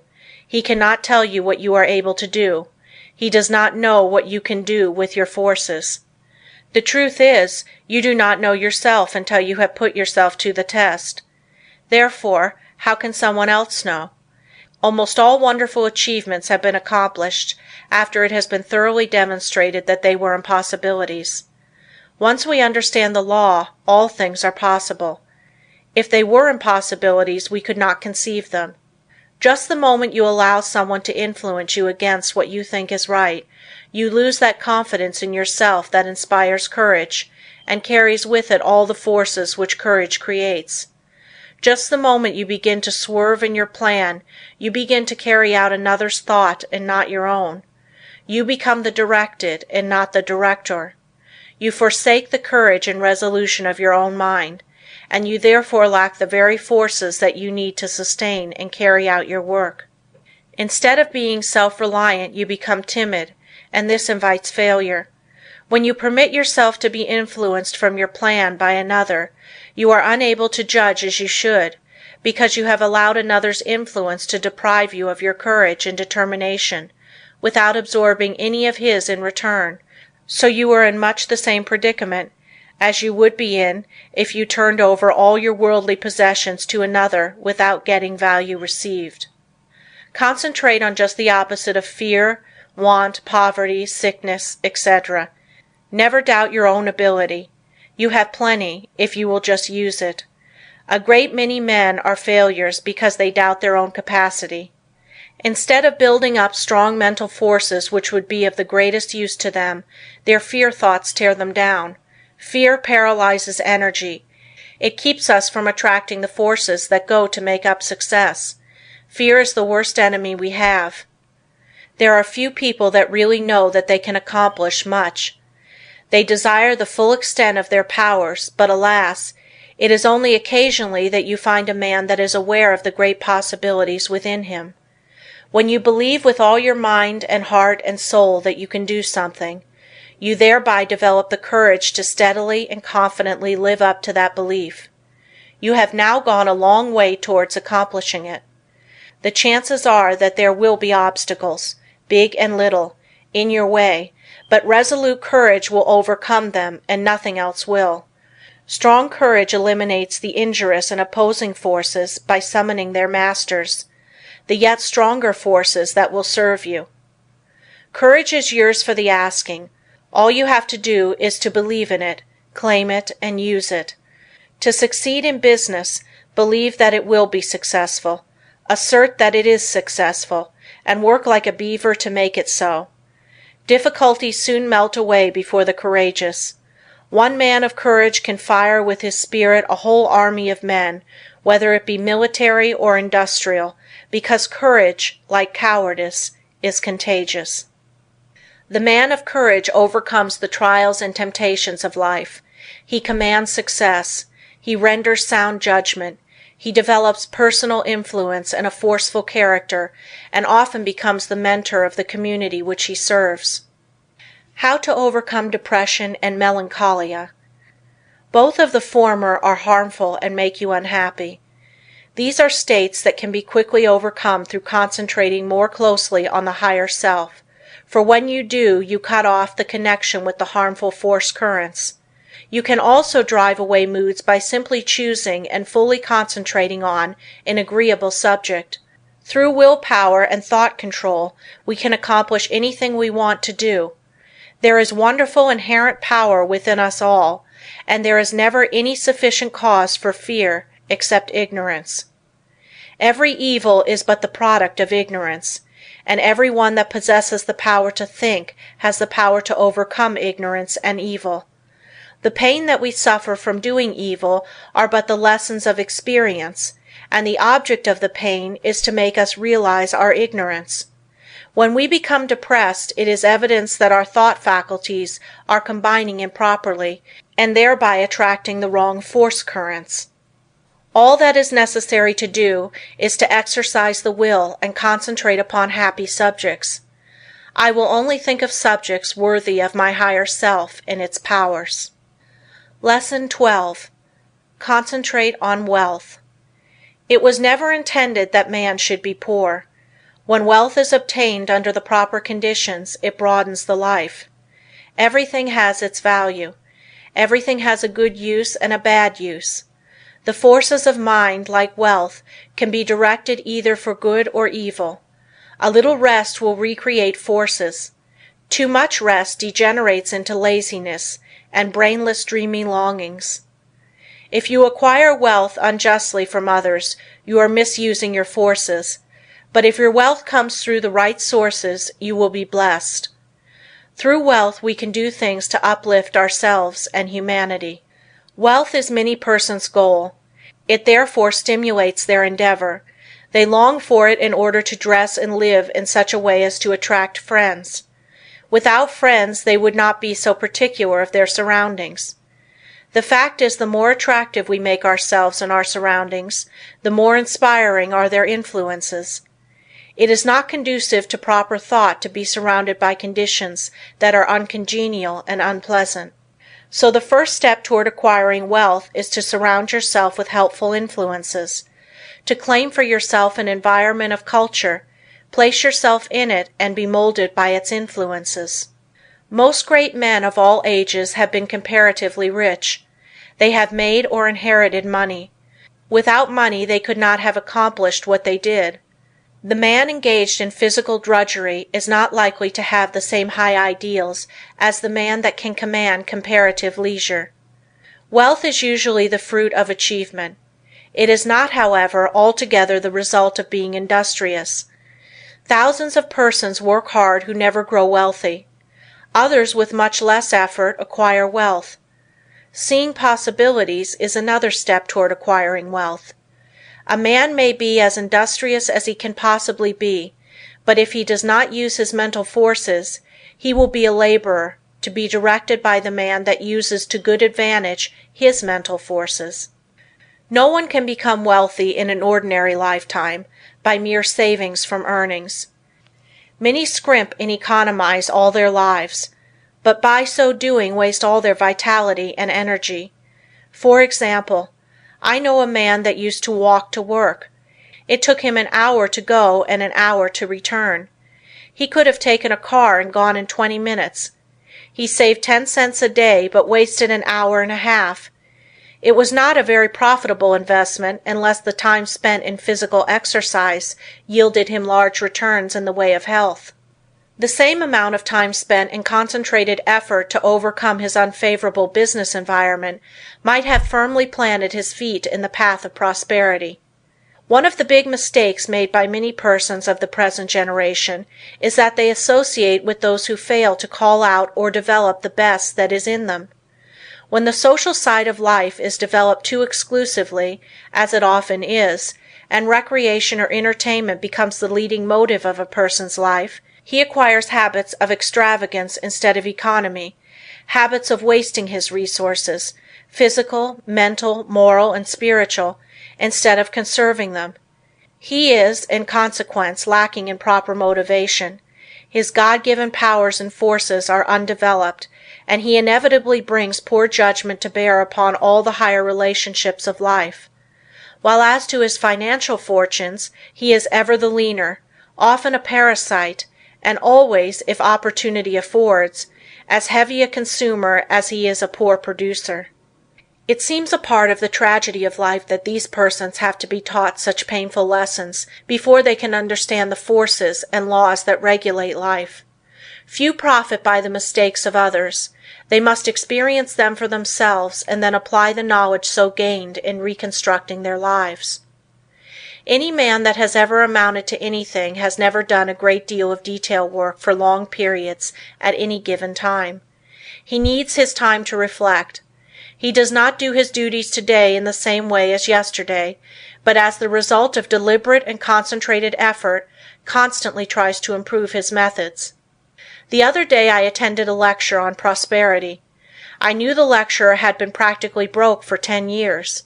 I wanted to hear what he had to say. He spoke very well. He no doubt benefited some of his hearers, but he had not profited by his own teachings. I introduced myself and asked him if he believed in his maxims. He said he did. I asked him if they made him prosperous. He said not exactly. I asked him why. He answered that he thought he was fated not to experience prosperity. In half an hour I showed that man why poverty had always been his companion. He had dressed poorly. He held his lectures in poor surroundings. By his actions and beliefs he attracted poverty. He did not realize that his thoughts and his surroundings exercised an unfavorable influence. I said, "Thoughts are moving forces, great powers. Thoughts of wealth attract wealth. Therefore, if you desire wealth, you must attract the forces that will help you to secure it. Your thoughts attract a similar kind of thoughts. If you hold thoughts of poverty, you attract poverty. If you make up your mind you are going to be wealthy, you will instill this thought into all your mental forces, and you will at the same time use every external condition to help you." Many persons are of the opinion that if you have money, it is easy to make more money. But this is not necessarily true. 90% of the men that start in business fail. Money will not enable one to accumulate much more unless he is trained to seek and use good opportunities for its investment. If he inherits money, the chances are that he will lose it. While if he has made it, he not only knows its value, but has developed the power to use it as well as to make more if he loses it. Business success today depends on foresight, good judgment, grit, firm resolution, and settled purpose. But never forget that thought is as real a force as electricity. Let your thoughts be such that you will send out as good as you receive. If you do not, you are not enriching others, and therefore deserve not to be enriched. The man that tries to get all he can from others for nothing becomes so selfish and mean that he does not even enjoy his own acquisitions. We see examples of this every day. What we take from others will in turn be taken from us. All obligations have to be met fairly and squarely. We cannot reach perfection until we discharge every obligation of our lives. We all realize this, so why not willingly give a fair exchange for all that we receive? Again I repeat that the first as well as the last step in acquiring wealth is to surround yourself with good influences, good thought, good health, good home and business environment, and successful business associates. Cultivate by every legitimate means the acquaintance of men of big caliber. Bring your thought vibrations in regard to business into harmony with theirs. This will make your society not only agreeable, but sought after, and when you have formed intimate friendships with clean, reputable men of wealth, entrust to them for your investment your surplus earnings, however small, until you have developed the initiative and business acumen to successfully manage your own investments. By this time you will, through such associations, have found your place in life, which if you have rightly concentrated upon and used your opportunities, will not be among men of small parts. With a competence secured, you will take pleasure in using a part of it in making the road you traveled in reaching your position easier for those who follow you. There is somewhere in every brain the energy that will get you out of that rut and put you far up on the mountain of success if you can only use the energy. You know that gasoline in the engine of an automobile doesn't move the car until the spark comes to explode the gasoline. So it is with the mind of man. We are not speaking now of men of great genius, but of average, able citizens. Each one of them has in his brain the capacity to climb over the word impossible and get into the successful country beyond. And hope, self-confidence, and the determination to do something supply the spark that makes the energy work. End of Lesson 12. The Power of Concentration by Theron Q. Dumont. Lesson 13. You can concentrate, but will you? All have the ability to concentrate, but will you? You can, but whether you will or not depends on you. It is one thing to be able to do something, and another thing to do it. There is far more ability not used than is used. Why do not more men of ability make something of themselves? There are comparatively few successful men, but many ambitious ones. Why do not more get along? Cases may differ, but the fault is usually their own. They have had chances, perhaps better ones than some others, that have made good. What would you like to do that you are not doing? If you think you should be getting on better, why don't you? Study yourself carefully. Learn your shortcomings. Sometimes only a mere trifle keeps one from branching out and becoming a success. Discover why you have not been making good, the cause of your failure.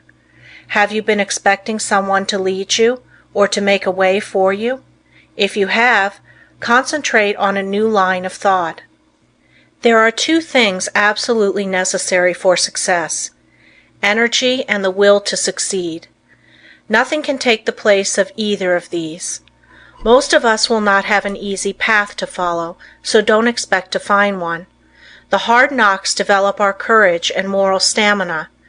The persons that live in an indolent and slipshod way never have any. They have never faced conditions, and therefore don't know how. The world is no better for their living. We must make favorable conditions and not expect them to shape themselves. It is not the man that says, "It can't be done," but the man that goes ahead in spite of adverse advice and shows that it can be done, that gets there today. The Lord helps those that help themselves is a true saying. We climb the road to success by overcoming obstacles. Stumbling blocks are but stepping stones for the man that says, "I can and I will." When we see cripples, the deaf and dumb, the blind and those with other handicaps amounting to something in the world, the able-bodied man should feel ashamed of himself if he does not make good.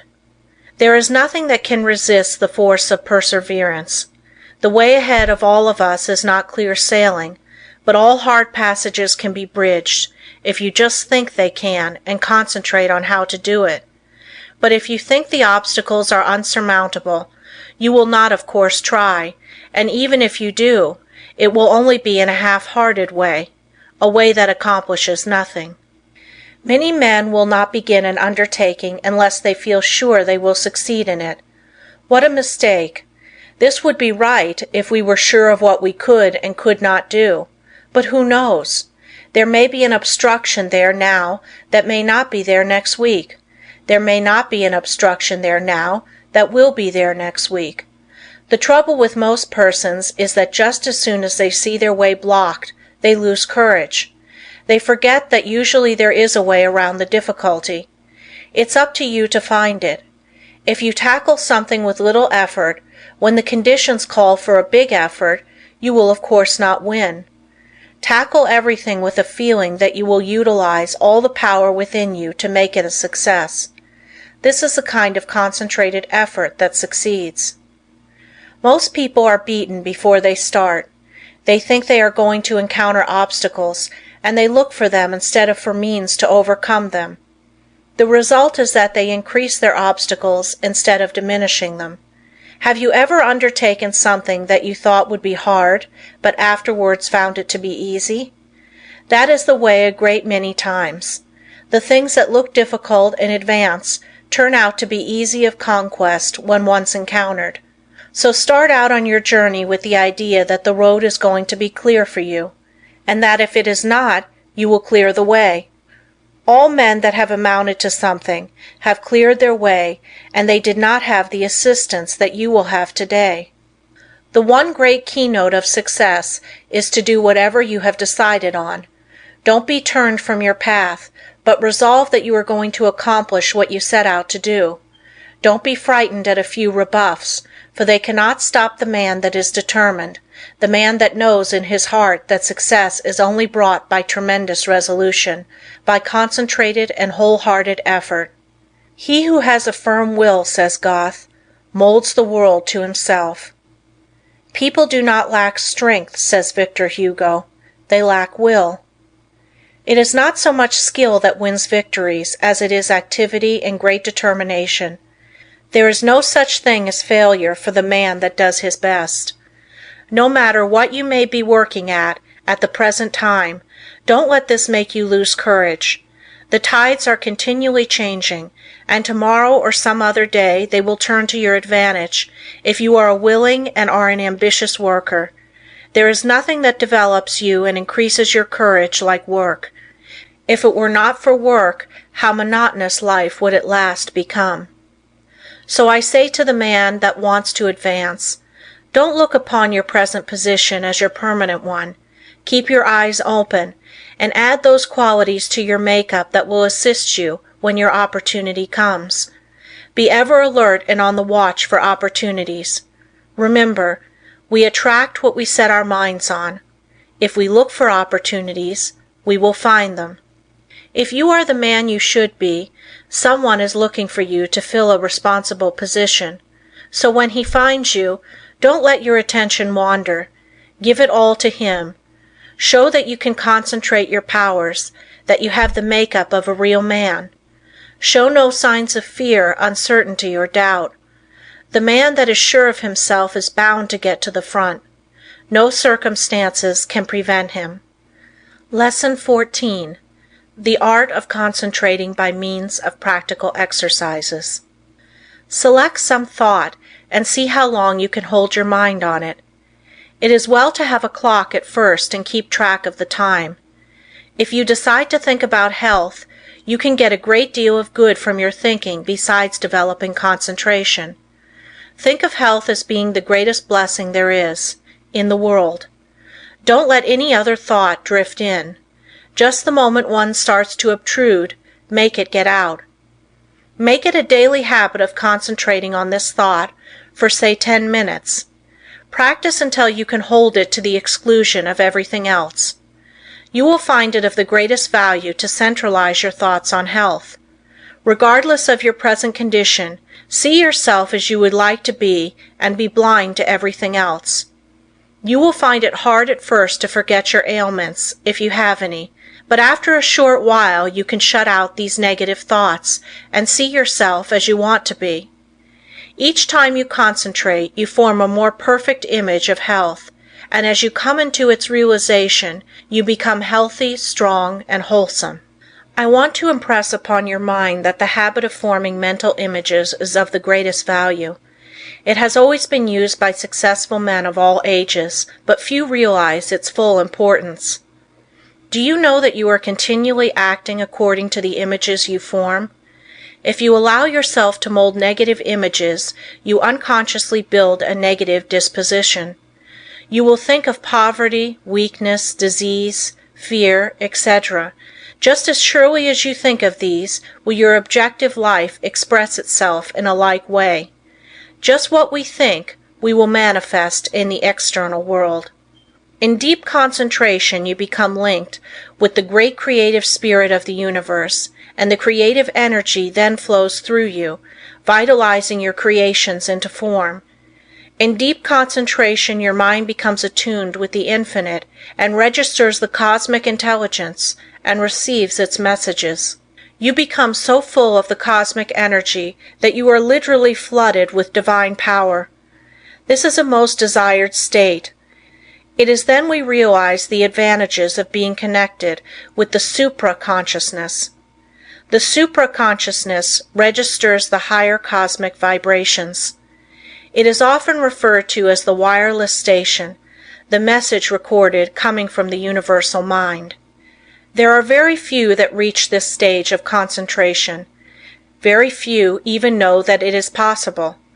They think concentration means limitation to one subject, but this deeper concentration that brings us into harmony with the infinite is that which produces and maintains health. When you have once come in contact with your supra-consciousness, you become the controller of your human thoughts. That which comes to you is higher than human thoughts. It is often spoken of as cosmic consciousness. Once it is experienced, it is never forgotten. Naturally, it requires a good deal of training to reach this state, but when you do, it becomes easier each time to do, and in the course of time you can become possessed of power which was unknown to you before. You are able to direct the expression of almost infinite power while in this deeper state of concentration. Exercises in concentration. The rays of the sun, when focused upon an object by means of a sunglass, produce a heat many times greater than the scattered rays of the same source of light and heat. This is true of attention. Scatter it and you get but ordinary results. But center it upon one thing and you secure much better results. When you focus your attention upon an object, your every action, voluntary and involuntary, is in the direction of attaining that object. If you will focus your energies upon a thing to the exclusion of everything else, you generate the force that can bring you what you want. When you focus your thought, you increase its strength. The exercises that follow are tedious and monotonous, but useful. If you will persist in them, you will find they are very valuable, as they increase your powers of concentration. Before proceeding with the exercises, I will answer a question that just comes to me. This person says after he works all day, he is too tired to practice any exercise. But this is not true. We will say he comes home all tired out, eats his supper, and sits down to rest. If his work has been mental, the thought which has been occupying his mind returns to him, and this prevents him from securing the rest he needs. It is an admitted fact that certain thoughts call into operation a certain set of brain cells. The other cells, of course, are not busy at that time and are rested. Now, if you take up something that is just different from what you have been doing during the day, you will use the cells that have not done anything and give those that have had work to do a rest. So you should regulate the evenings that you have and call forth an entirely different line of thought, so as not to use the cells which you have tired out during the day. If you will center your attention on a new thought, you relieve the old cells from vibrating with excitement, and they get their needed rest. The other cells that have been idle all day want to work, and you will find you can enjoy your evenings while securing needed rest. Once you have learned to master your thoughts, you will be able to change them just as easily as you change your clothes. Remember, the real requisite of centering is to be able to shut out outside thoughts, anything foreign to the subject. Now, in order to control your intention, first gain control over the body. This must be brought under direct control of the mind under the control of the will. Your will is strong enough to do anything you wish, but you must realize that it is. The mind can be greatly strengthened by being brought under the direct influence of the will. When the mind is properly strengthened by the impulse of the will, it becomes a powerful transmitter of thought, because it has more force. The best time to concentrate is after reading something that is inspiring, as you are then mentally and spiritually exalted in the desired realm. Then is the time you are ready for deep concentration. If you are in your room first, see that your windows are up and the air is good. Lie down flat on your bed without a pillow. See that every muscle is relaxed. Now breathe slowly, filling the lungs comfortably full of fresh air. Hold this as long as you can without straining yourself. Then exhale slowly. Exhale in an easy, rhythmic way. Breathe this way for 5 minutes, letting the divine breath flow through you, which will cleanse and rejuvenate every cell of brain and body. You are then ready to proceed. Now think how quiet and relaxed you are. You can become enthusiastic over your condition. Just think of yourself as getting ready to receive knowledge that is far greater than you have ever received before.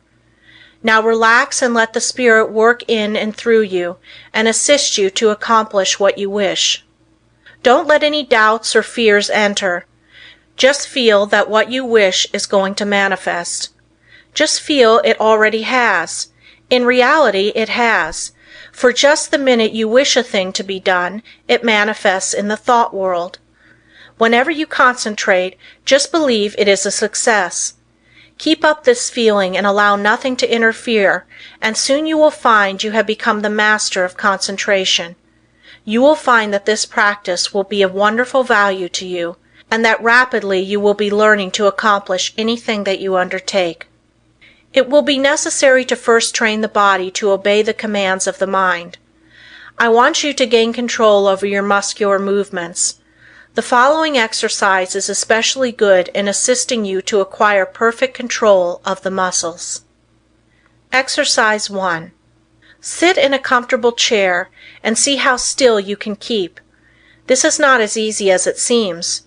You will have to center your attention on sitting still. Watch and see that you are not making any involuntary muscular movements. By a little practice you will find you are able to sit still without a movement of the muscles for 15 minutes. At first I advise sitting in a relaxed position for 5 minutes. After you are able to keep perfectly still, increase the time to 10 minutes and then to 15.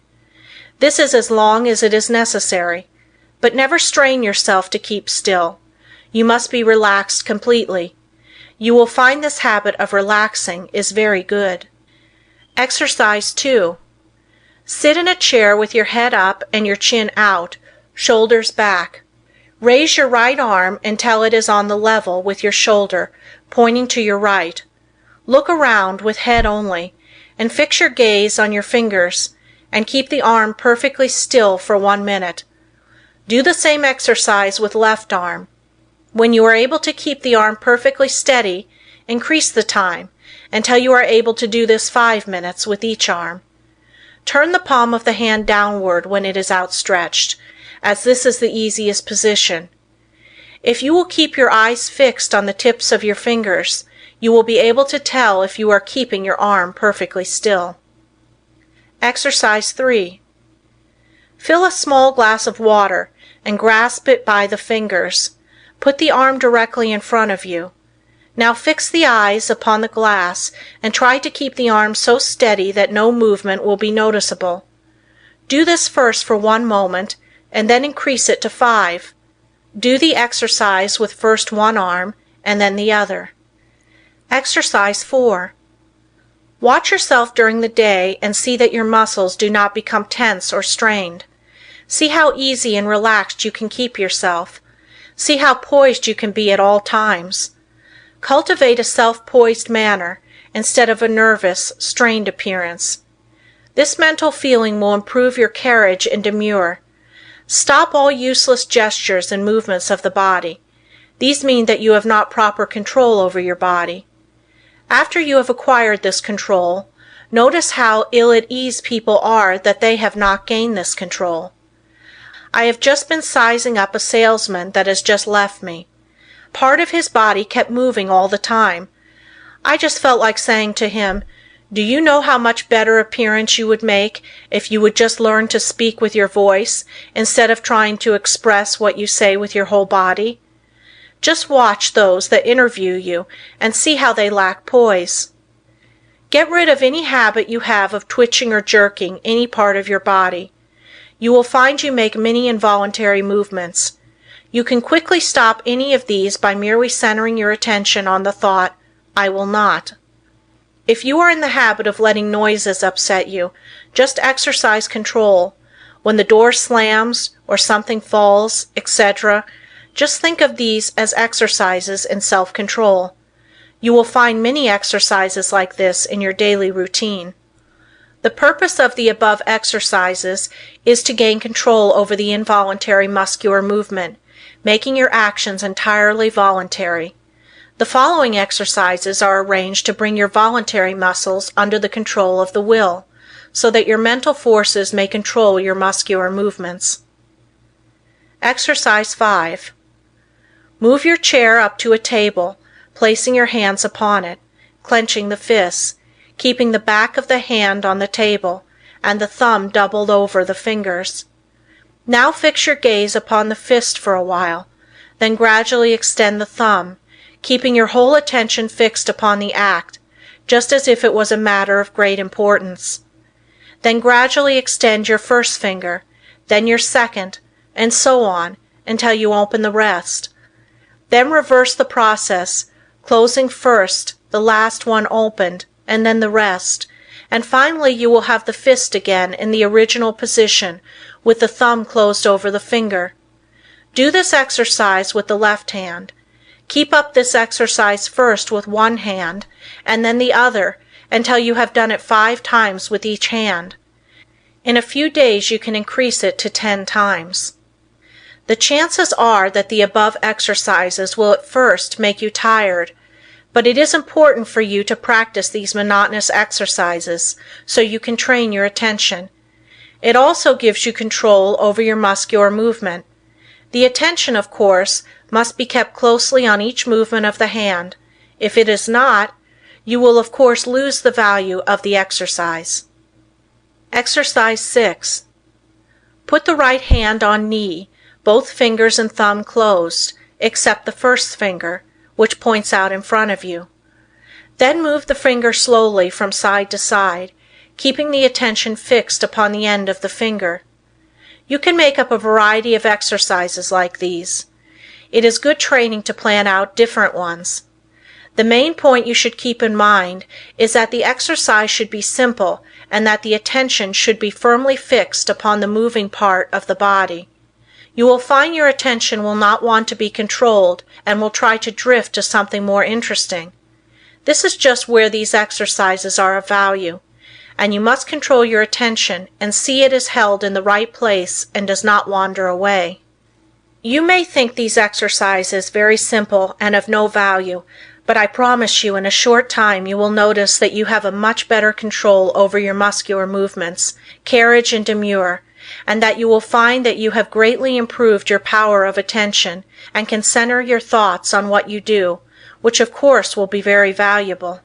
No matter what you may be doing, imagine that it is your chief object in life. Imagine that you are not interested in anything else in the world but what you are doing. Do not let your attention get away from the work you are at. Your attention will no doubt be rebellious, but control it and do not let it control you. When once you conquer the rebellious attention, you have achieved a greater victory than you can realize at the time. Many times afterwards you will be thankful you have learned to concentrate your closest attention upon the object at hand. Let no day go by without practicing concentrating on some familiar object that is uninteresting. Never choose an interesting object, as it requires less attention. The less interesting it is, the better the exercise will it be. After a little practice you will find you can center your attention on uninteresting subjects at will. The person that can concentrate can gain full control over his body and mind and be the master of his inclinations, not their slave. When you can control yourself, you can control others. You can develop a will that will make you a giant compared with the man that lacks willpower. Try out your willpower in different ways until you have it under such control that as soon as you decide to do a thing, you go ahead and do it. Never be satisfied with the "I did fairly well" spirit, but put forward your best efforts. Be satisfied with nothing else. When you have gained this, you are the man you were intended to be. Exercise 7. Concentration increases the sense of smell. When you take a walk or drive in the country or pass a flower garden, concentrate on the odor of flowers and plants. See how many different kinds you can detect, Then choose one particular kind and try to sense only this. You will find that this strongly intensifies the sense of smell. The differentiation requires, however, a particularly attentive attitude. When sense of smell is being developed, you should not only shut out from the mind every thought but that of odor, but you should also shut out cognizance of every odor save that upon which your mind, for the time, is concentrated. You can find plenty of opportunity for exercises for developing the sense of smell. When you are out in the air, be on the alert for the different odors. You will find the air laden with all kinds, but let your concentration upon the one selected be such that a scent of its fragrance, in after years, will vividly recall the circumstances of this exercise. The object of these exercises is to develop concentrated attention, and you will find that you can, through their practice, control your mind and direct your thoughts, just the same as you can your arm. Exercise 8. Concentration on the within. Lie down and thoroughly relax your muscles. Concentrate on the beating of your heart. Do not pay any attention to anything else. Think how this great organ is pumping the blood to every part of the body. Try to actually picture the blood leaving the great reservoir and going in one stream right down to the toes. Picture another going down the arms to the tips of the fingers. After a little practice you can actually feel the blood passing through your system. If at any time you feel weak in any part of your body, will that an extra supply of blood shall go there. For instance, if your eyes feel tired, picture the blood coming from the heart, passing up through the head and out to the eyes. You can wonderfully increase your strength by this exercise. Men have been able to gain such control over their heart that they have actually stopped it from beating for 5 minutes. This, however, is not without danger, and it is not to be practiced by the novice. I have found the following a very helpful exercise to take just before going to bed and on rising in the morning. Say to yourself, "Every cell in my body thrills with life. Every part of my body is strong and healthy. I have known a number of people to greatly improve their health in this way." You become what you picture yourself to be. If your mind thinks of sickness in connection with self, you will be sick. If you imagine yourself in strong, vigorous health, the image will be realized. You will be healthy. Exercise 9. Concentrating on sleep. What is known as the water method is, although very simple, very effective in inducing sleep. Put a full glass of clear water on a table in your sleeping room. Sit in a chair beside the table and gaze into the glass of water and think how calm it is. Then picture yourself getting into just as calm a state. In a short time you will find the nerves becoming quiet and you will be able to go to sleep. Sometimes it is good to picture yourself becoming drowsy to induce sleep, and again, the most persistent insomnia has been overcome by one thinking of himself as some innate object, for instance, a hollow log in the depths of the cool, quiet forest. Those who are troubled with insomnia will find these sleep exercises that quiet the nerves very effective. Just keep the idea in your mind that there is no difficulty in going to sleep. Banish all fears of insomnia. Practice these exercises and you will sleep. By this time you should have awakened to the possibilities of concentration and have become aware of the important part it plays in your life. Exercise 10. Concentration will save energy and appearance. Watch yourself and see if you are not in the habit of moving your hands, thumping something with your fingers, or twirling your mustache. Some have the habit of keeping their feet going, as for instance, tapping them on the floor. Practice standing before a mirror and see if you are in the habit of frowning or causing wrinkles to appear in the forehead. Watch others and see how they needlessly twist their faces in talking. Any movement of the face that causes the skin to wrinkle will eventually cause a permanent wrinkle. As the face is like a piece of silk, you can make a fold in it a number of times, and it will straighten out of itself, but if you continue to make a fold in it, it will in time be impossible to remove it. By concentration, you can stop the worry habit. If you are in the habit of worrying over the merest trifles, just concentrate on this a few minutes and see how needless it is. If you are also in the habit of becoming irritable or nervous at the least little thing, check yourself instantly when you feel yourself becoming so. Start to breathe deeply. Say, "I will not be so weak. I am a master of myself," and you will quickly overcome your condition. Exercise 11. By concentration, you can control your temper. If you are one of those that flare up at the slightest provocation and never try to control yourself, just think this over a minute. Does it do you any good? Do you gain anything by it? Doesn't it put you out of poise for some time? Don't you know that this grows on you and will eventually make you despised by all that have any dealings with you? Everyone makes mistakes, and instead of becoming angry at their perpetrators, just say to them, "Be more careful next time." This thought will be impressed on them, and they will be more careful. But if you continually complain about their making a mistake, the thought of a mistake is impressed on them, and they will be more likely to make mistakes in the future. All lack of self-control can be conquered if you will but learn to concentrate. Many of you that read this may think you are not guilty of either of these faults, but if you will carefully watch yourself, you will probably find that you are, and if this is so, you will be greatly helped by repeating this affirmation each morning. I am going to try today not to make a useless gesture, or to worry over trifles, or become nervous or irritable. I intend to be calm, and in no difference what may be the circumstances, I will control myself.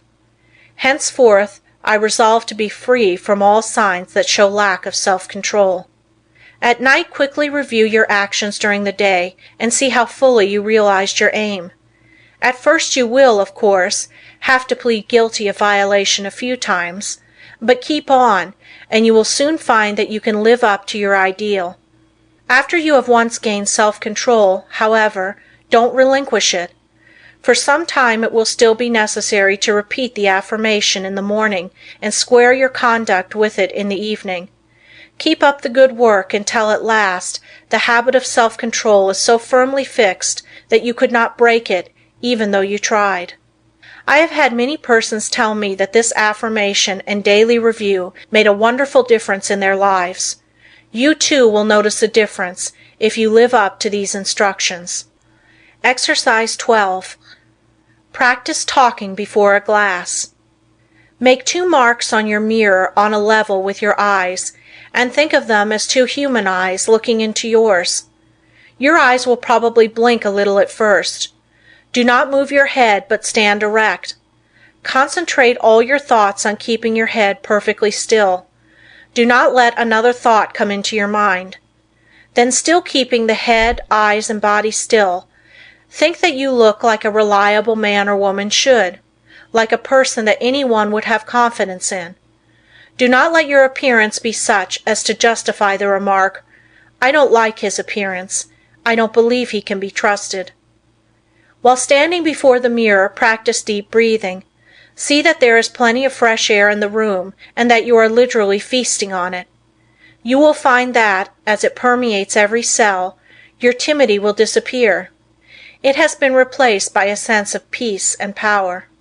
The one that stands up like a man and has control over the muscles of his face and eyes always commands attention. In his conversation, he can better impress those with whom he comes in contact. He acquires a feeling of calmness and strength that causes opposition to melt away before it. 3 minutes a day is long enough for the practice of this exercise. Look at the clock before you commence the exercise, and if you find you can prolong the exercise for more than 5 minutes, do so. The next day, sit in a chair, and without looking at the picture, concentrate on it and see if you cannot think of additional details concerning it. The chances are you will be able to think of many more. It might be well for you to write down all you thought of the first day, and then add to the list each new discovery. You will find that this is a very excellent exercise in concentration. Exercise 13. The control of sensations. Think how you would feel if you were cool, then think how you would feel if you were cold. Again, how would you feel if it were freezing? In this state you would be shivering all over. Now think of just the opposite conditions. Construct such a vivid image of heat that you are able to experience the sensation of heat even in the coldest atmosphere. It is possible to train your imagination until you do this, and it can then be turned to practical account in making undesirable conditions bearable. You can think of many very good exercises like this. For instance, if you feel yourself getting hungry or thirsty, and for any reason you do not wish to eat, do not think of how hungry or thirsty you are, but just visualize yourself as finishing a hearty meal. Again, when you experience pain, do not increase it by thinking about it, but do something to divert your attention, and the pain will seem to decrease. If you will start practicing along this line systematically, you will soon gain a wonderful control over the things that affect your physical comfort. Exercise 14. The Eastern way of concentrating. Sit in a chair with a high back in upright position. Press one finger against the right nostril. Now take a long, deep breath, drawing the breath in gently as you count 10. Then expel the breath through the right nostril as you count 10. Repeat this exercise with the opposite nostril. This exercise should be done at least 20 times at each sitting. Exercise 15. Controlling desires. Desire, which is one of the hardest forces to control, will furnish you with excellent exercises in concentration. It seems natural to want to tell others what you know, but by learning to control these desires, you can wonderfully strengthen your powers of concentration. Remember, you have all that you can do to attend to your own business. Do not waste your time in thinking of others or in gossiping about them. If from your own observation you learn something about another person that is detrimental, keep it to yourself. Your opinion may afterwards turn out to be wrong anyway, but whether right or wrong, you have strengthened your will by controlling your desire to communicate your views. If you hear good news, resist the desire to tell it to the first person you meet, and you will be benefited thereby. It will require the concentration of all your powers of resistance to prohibit the desire to tell. After you feel that you have complete control over your desires, you can then tell your news. But you must be able to suppress the desire to communicate the news until you are fully ready to tell it. Persons that do not possess this power of control over desires are apt to tell things that they should not, thereby often involving both themselves and others in needless trouble. If you are in the habit of getting excited when you hear unpleasant news, just control yourself and receive it without any exclamation of surprise. Say to yourself, "Nothing is going to cause me to lose my self-control." You will find from experience that this self-control will be worth much to you in business. You will be looked upon as a cool-headed businessman, and this in time becomes a valuable business asset. Of course, circumstances alter cases. At times it is necessary to become enthused, but be ever on the lookout for opportunities for the practice of self-control. He that ruleth his spirit is greater than he that ruleth a city. Exercise 16. When you read. No one can think without first concentrating his thoughts on the subject in hand. Every man and woman should train himself to think clearly. An excellent exercise is to read some short story and then write just an abridged statement. Read an article in a newspaper and see how in a few words you can express it. Reading an article to get only the essentials requires the closest concentration. If you are unable to write out what you read, you will know you are weak in concentration. Instead of writing it out, you can express it orally if you wish. Go to your room and deliver it as if you were talking to someone. You will find exercises like this of the greatest value in developing concentration and learning to think. After you have practiced a number of these simple exercises, read a book for 20 minutes and then write down what you have read.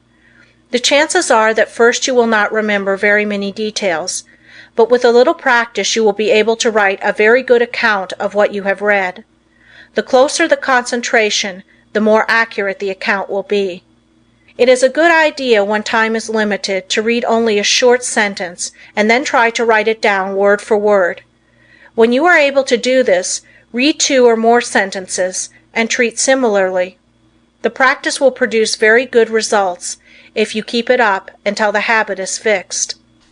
If you will just utilize your spare time in practicing exercises like those suggested, you can gain wonderful powers of concentration. You will find that in order to remember every word in a sentence, you must keep out every thought but that which you wish to remember, and this power of inhibition alone will more than compensate for the trouble of the exercise. Of course, success in all of the above depends largely upon cultivating, through the closest concentration, the power to image or picture what you read, upon the power, as one writer expresses it, of letting the mountains of which we hear loom before us, and the rivers of which we read roll at our feet. Exercise 17. Concentration overcomes bad habits. If you have a habit that you want to get rid of, shut your eyes and imagine that your real self is standing before you. Now try the power of affirmation. Say to yourself, "You are not a weakling.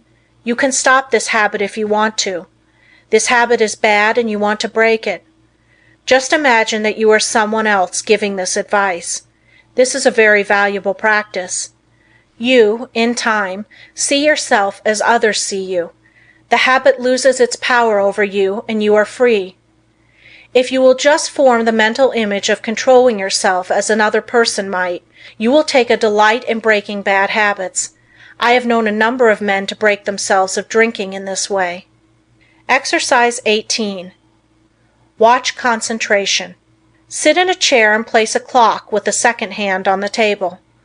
Follow the second hand with your eyes as it goes around. Keep this up for 5 minutes, thinking of nothing else but the second hand.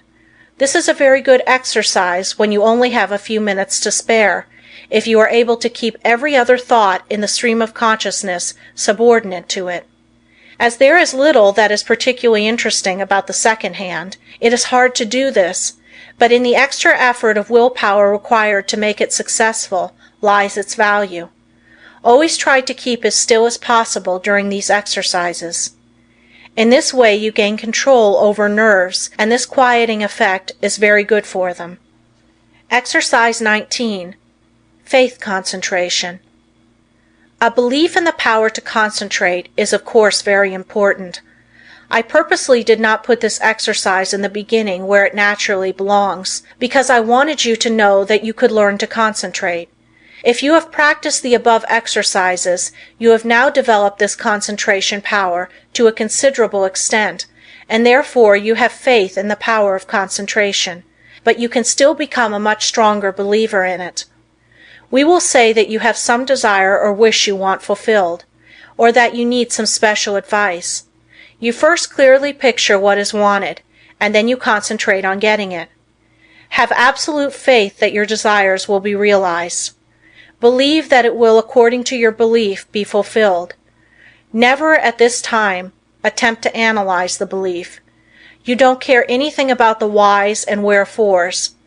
You want to gain the thing you desire, and if you concentrate on it in the right way, you will get it. A caution. Never think you will not succeed, but picture what is wanted as already yours, and yours it surely will be. Self-distrust. Do you ever feel distrust in yourself? If you do, just ask yourself, which self do I mistrust?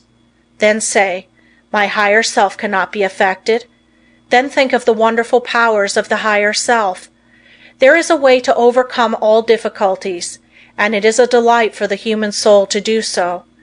Instead of wasting precious thought force by dreading or fearing a disagreeable interview or event, instead devote the time in concentrated thought and how to make the best of the interview or event, and you will find that it will not be as unpleasant as you thought it would be.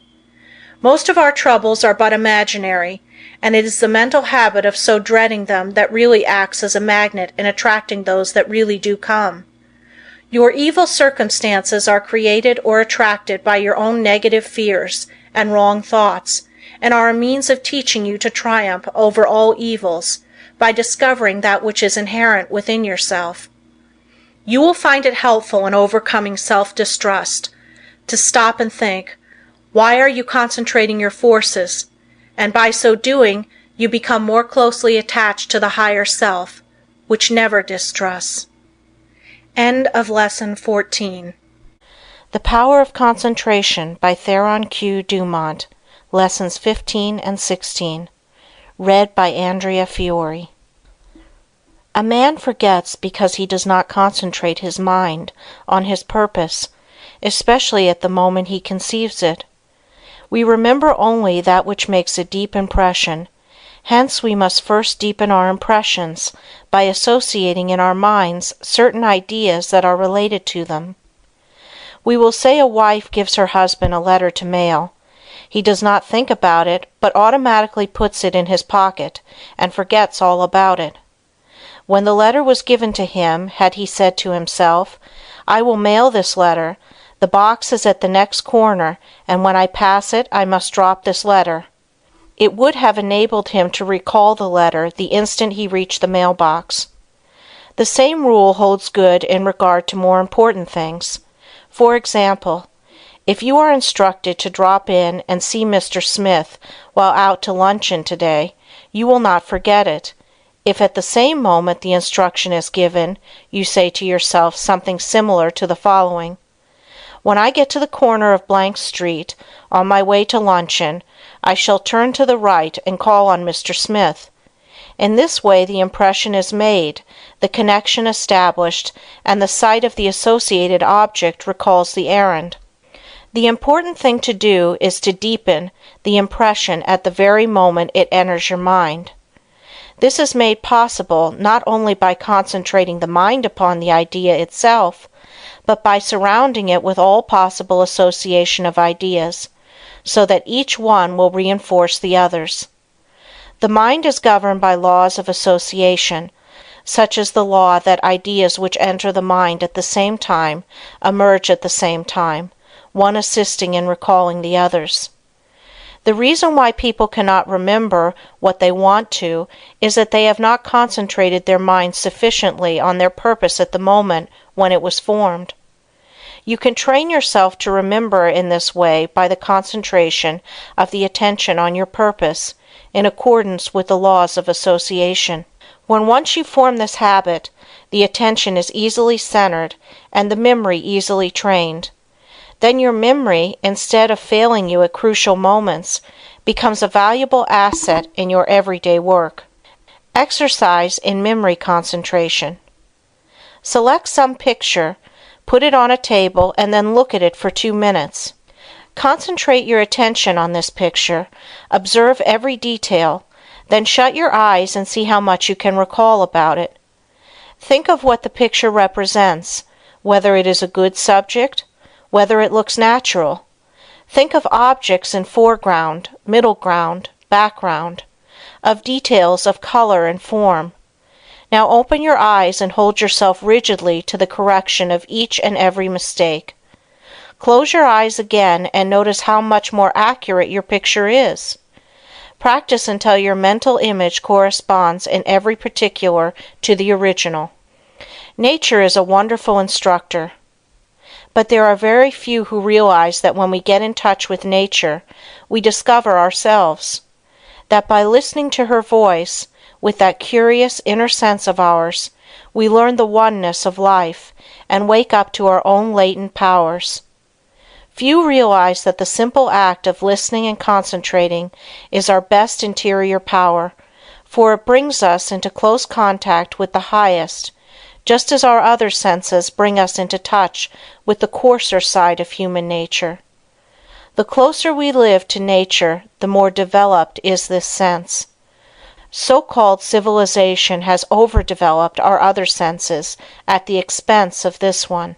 Children unconsciously realize the value of concentration. For instance, when a child has a difficult problem to solve and gets to some knotty point which he finds himself mentally unable to do, though he tries his hardest, he will pause and keep quite still, leaning on his elbow, apparently listening. Then you will see, if you are watching, sudden illumination come, and he goes on happily and accomplishes his task. A child instinctively but unconsciously knows when he needs help. He must be quiet and concentrate. All great people concentrate and owe their success to it.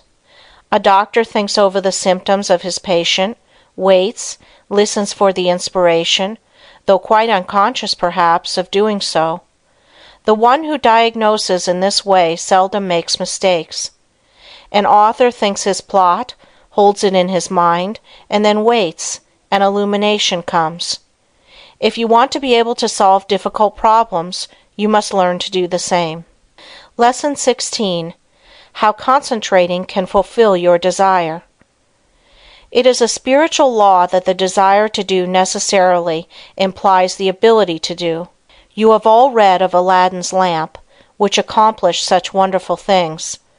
This, of course, is only a fairy story, but it illustrates the fact that man has within him the power, if he is able to use it, to gratify his every wish.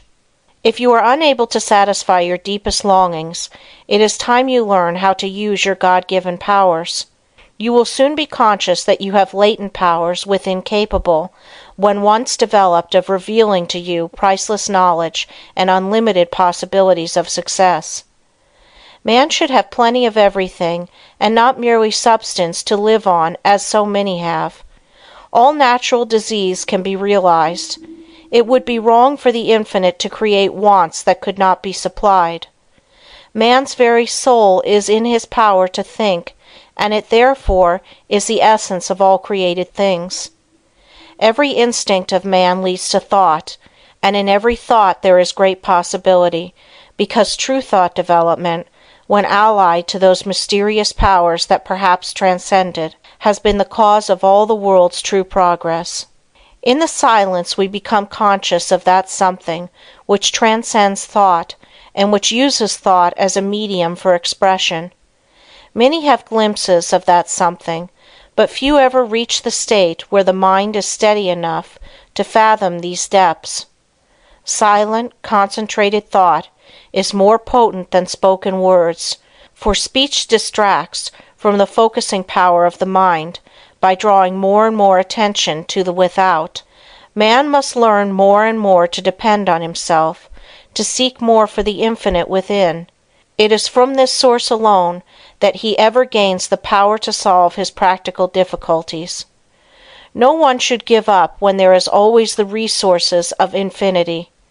The cause of failure is that men search in the wrong direction for success, because they are not conscious of their real powers that when used are capable of guiding them. The infinite within is foreign to those persons who go through life without developing their spiritual powers.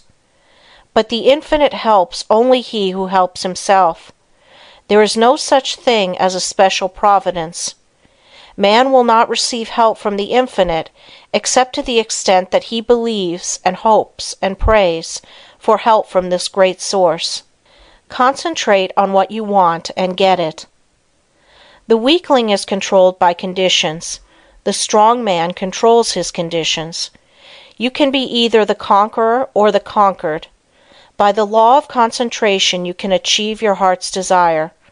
This law is so powerful that that which at first seems impossible becomes attainable. By this law, what you at first see as a dream becomes a reality. Remember that the first step in concentration is to form a mental image of what you wish to accomplish. This image becomes a thought seed that attracts thoughts of a similar nature. Around this thought, when it is once planted in the imagination or creative region of the mind, you group or build associated thoughts which continue to grow as long as your desire is keen enough to compel close concentration. Form the habit of thinking of something you wish to accomplish for 5 minutes each day. Shut every other thought out of consciousness. Be confident that you will succeed. Make up your mind that all obstacles that are in your way will be overcome and you can rise above any environment. You do this by utilizing the natural laws of the thought world, which are all powerful. A great aid in the development of concentration is to write out your thoughts on that which lies nearest your heart and to continue, little by little, to add to it, until you have as nearly as possible exhausted the subject. You will find that each day, as you focus your forces on this thought at the center of the stream of consciousness, new plans, ideas, and methods will flash into your mind. There is a law of attraction that will help you accomplish your purpose. An advertiser, for instance, gets to thinking along a certain line. He has formed his own ideas, but he wants to know what others think. He starts out to seek ideas, and he soon finds plenty of books, plans, designs, etc. on the subject, although when he started he was not aware of their existence. The same thing is true in all lines. We can attract those things that will help us. Very often we seem to receive help in a miraculous way. It may be slow in coming, but once the silent, unseen forces are put into operation, they will bring results so long as we do our part. They are ever present and ready to aid those who care to use them. By forming a strong mental image of your desire, you plant the thought seed, which begins working in your interest, and in time, that desire, if in harmony with your higher nature, will materialize. It may seem that it would be unnecessary to caution you to concentrate only upon achievement that will be good for you and work no harm to another, but there are many who forget others and their rights in their anxiety to achieve success. All good things are possible for you to have, but only as you bring out your forces into harmony with that law that requires that we mete out justice to fellow travelers as we journey along life's road. So first think over the thing wanted, and if it would be good for you to have, say, I want to do this. I am going to work to secure it. The way will be open for me. If you fully grasp the mental thought of success and hold it in the mind each day, you gradually make a pattern or mold which in time will materialize. But by all means keep free from doubt and fear, the destructive forces. Never allow these to become associated with your thoughts. At last you will create the desired conditions and receive help in many unlooked-for ways that will lift you out of the undesired environment.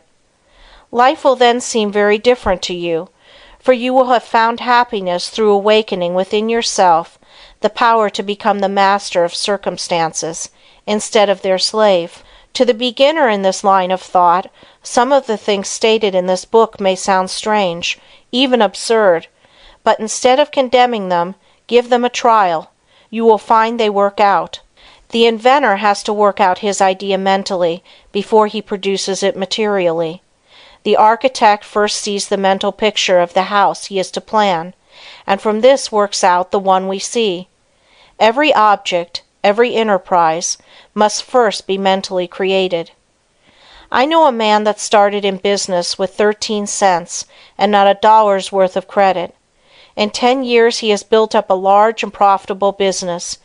He attributes his success to two things: belief that he would succeed and hard work. There were times when it did not look like he could weather the storm. He was being pressed by his creditors who considered him bankrupt.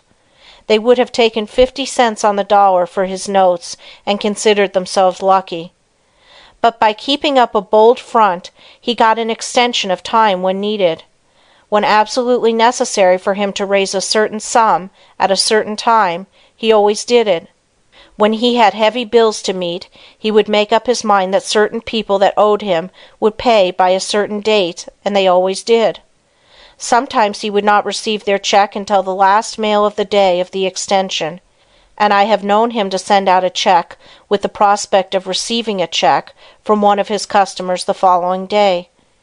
He would have no reason other than his belief in the power of affecting the mind of another by concentration of thought for expecting that check, but rarely has he been disappointed. Just put forth the necessary concentrated effort, and you will be wonderfully helped from sources unknown to you. Remember the mystical words of Jesus, the Master: "Whatsoever thing ye desire when ye pray, pray as if ye had already received, and ye shall have." End Lesson 16. The Power of Concentration by Theron Q. Dumont. Lessons 17 and 18. Read by Andrea Fiore. Lesson 17. Ideals Developed by Concentration. Through our paltry stir and strife glows the wished ideal, and longing molds in clay what life carves in the marble real. Lowell. We often hear people spoken of as idealists. The fact is we are all idealists to a certain extent, and upon the ideals we picture depends our ultimate success. You must have the mental image if you are to produce the material thing. Everything is first created in the mind. When you control your thoughts, you become a creator. You receive divine ideas and shape them to your individual needs. All things of this world are to you just what you think they are. Your happiness and success depend upon your ideals. You are responsible for every condition you go through, either consciously or unconsciously. The next step you take determines the succeeding step. Remember this, it is a valuable lesson. By concentrating on each step as you go along, you can save a lot of waste steps and will be able to choose a straight path instead of a roundabout road. Concentrate your ideals and they will become material actualities. Through concentration we work out our ideals in physical life. Your future depends upon the ideals you are forming now. Your past ideals are determining your present. Therefore, if you want a bright future, you must begin to prepare for it today. If persons could only realize that they can only injure themselves, that when they are apparently injuring others they are really injuring themselves, what a different world this would be. We say a man is as changeable as the weather. What is meant is his ideals change. Every time you change your ideal, you think differently. You become like a rudderless boat on an ocean. Therefore, realize the importance of holding to your ideal until it becomes a reality. You get up in the morning determined that nothing will make you lose your temper. This is your ideal of a person of real strength and poise. Something takes place that upsets you completely, and you lose your temper. For the time being you forget your ideal. If you had just thought a second of what a well-poised person implies, you would not have become angry. You lose your poise when you forget your ideal. Each time we allow our ideals to be shattered, we also weaken our willpower. Holding to your ideals develops willpower. Don't forget this. Why do so many men fail? Because they don't hold to their ideal until it becomes a mental habit. When they concentrate on it, to the exclusion of all other things, it becomes a reality. I am that which I think myself to be. Ideals are reflected to us from the unseen spirit. The laws of matter and spirit are not the same. One can be broken, but not the other. To the extent that ideals are kept is your future assured. It was never intended that man should suffer. He has brought it upon himself by disobeying the laws of nature. He knows them so cannot plead ignorance. Why does he break them? Because he does not pay attention to those ideals flashed to him from the infinite spirit. Life is but one continuous unfoldment, and you can be happy every step of the way, or miserable, as you please. It all depends upon how we entertain those silent whisperings that come from we know not where. We cannot hear them with mortal ear, but from the silence they come as if they were dreams, not to you or me alone, but to everyone. In this way the grandest thoughts come to us, to use or abuse. So search not in treasured volumes for noble thoughts, but within, and bright and glowing vision will come to be realized now and hereafter. You must give some hours to concentrated, consistent, persistent thought. You must study yourself and your weaknesses. No man gets over a fence by wishing himself on the other side. He must climb. No man gets out of the rut of dull, tiresome, monotonous life by merely wishing himself out of the rut. He must climb. If you are standing still or going backward, there is something wrong. You are the man to find out what is wrong. Don't think that you are neglected, or not understood, or not appreciated. Such thoughts are the thoughts of failure. Think hard about the fact that men who have got what you envy got it by working for it. Don't pity yourself, criticize yourself. You know that the only thing in the world that you have got to count upon is yourself. Lesson 18. Mental Control Through Creation. I attended a banquet of inventors recently. Each inventor gave a short talk on something he thought would be accomplished in the future. Many very much needed things were spoken of. One inventor spoke of the possibilities of wireless telephone. Distance, he said, would shortly be annihilated. He thought we would soon be able to talk to the man in the submarine 40 fathoms below the surface and 1,000 miles away. When he got through, he asked if there were any that doubted what he said. No one spoke up. This was not a case of tactful politeness, as inventors like to argue, but a case where no one present really doubted that the inventor's vision would, in the future, materialize. These shrewd men, some real geniuses, all thought we would in time be able to talk to those 1,000 miles away without media. Now, if we can make an instrument so wonderful that we can send wireless messages 1,000 miles, is there any reason why we should not, through mental control, transmit messages from one person to another? The wireless message should not be as easy to send as the projected thought. The day will come when all business will employ highly developed persons to send out influences. These influences will be so dominating that employees will be partly controlled by them, and so you will profit more and more by your mental powers and depend on them to draw you to all forces of a helping nature. You will be constantly sending out suggestions to your employees and friends. They will receive these unconsciously, but in case yours is the stronger personality, they will carry them out the same as if you had spoken them. This is being done even today. A finely organized company secures the combined effort of all its men. They may be each doing a different kind of work, but all work to bring about the very best results. The whole atmosphere is impregnated with a high standard of workmanship. Everyone feels he must do his best. He could not be in such surroundings and be satisfied to do anything but his best work. A business will succeed only to the extent that the efforts of all are coordinated toward one result.